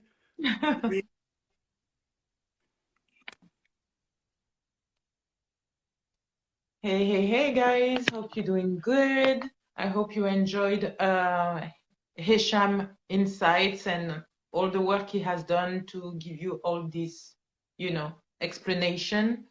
And yeah, let's see what's going on. Hi, Jamie, Ash, everybody that was here. I see your name now. I didn't know it was you. Joseph, hey. Yeah, it was a great live as usual. My cat is okay. Shh. 1 second. You both are amazing. Thank you. You are too. Hi, Princess of Canaan too. Aquarian Light, you left for a minute and you came back. That's so amazing. I love that. I saw you. All right. So happy, well, I hope you had a happy new moon. You know, the energy goes till 3 days before, 3 days after, you know. So happy new moon anyway, still. Happy Chinese New Year for some of you, whoever celebrated. And I think I will see you back. I will see you again Thursday on my YouTube channel. This, if Mercury, because Mercury is in retrograde, this hopefully will be saved and posted on YouTube today. Okay. I had to do my life. I was on photo. Yeah, of course. Of course. I wasn't judging you, you know, but I like that you came back. You had to do a live on your page too. I will have to check. Amazing. Cool. Maybe I already did. Maybe I already came to you. I don't go on lives much because I'm not on Instagram much. I don't watch live much. I should check it out. I'm gonna check out your page. Hopefully I already follow you. Okay. All right. Say goodbye. Goodbye, baby. Hi. All right. See you soon. Okay. Go clean yourself. Bye. Love you.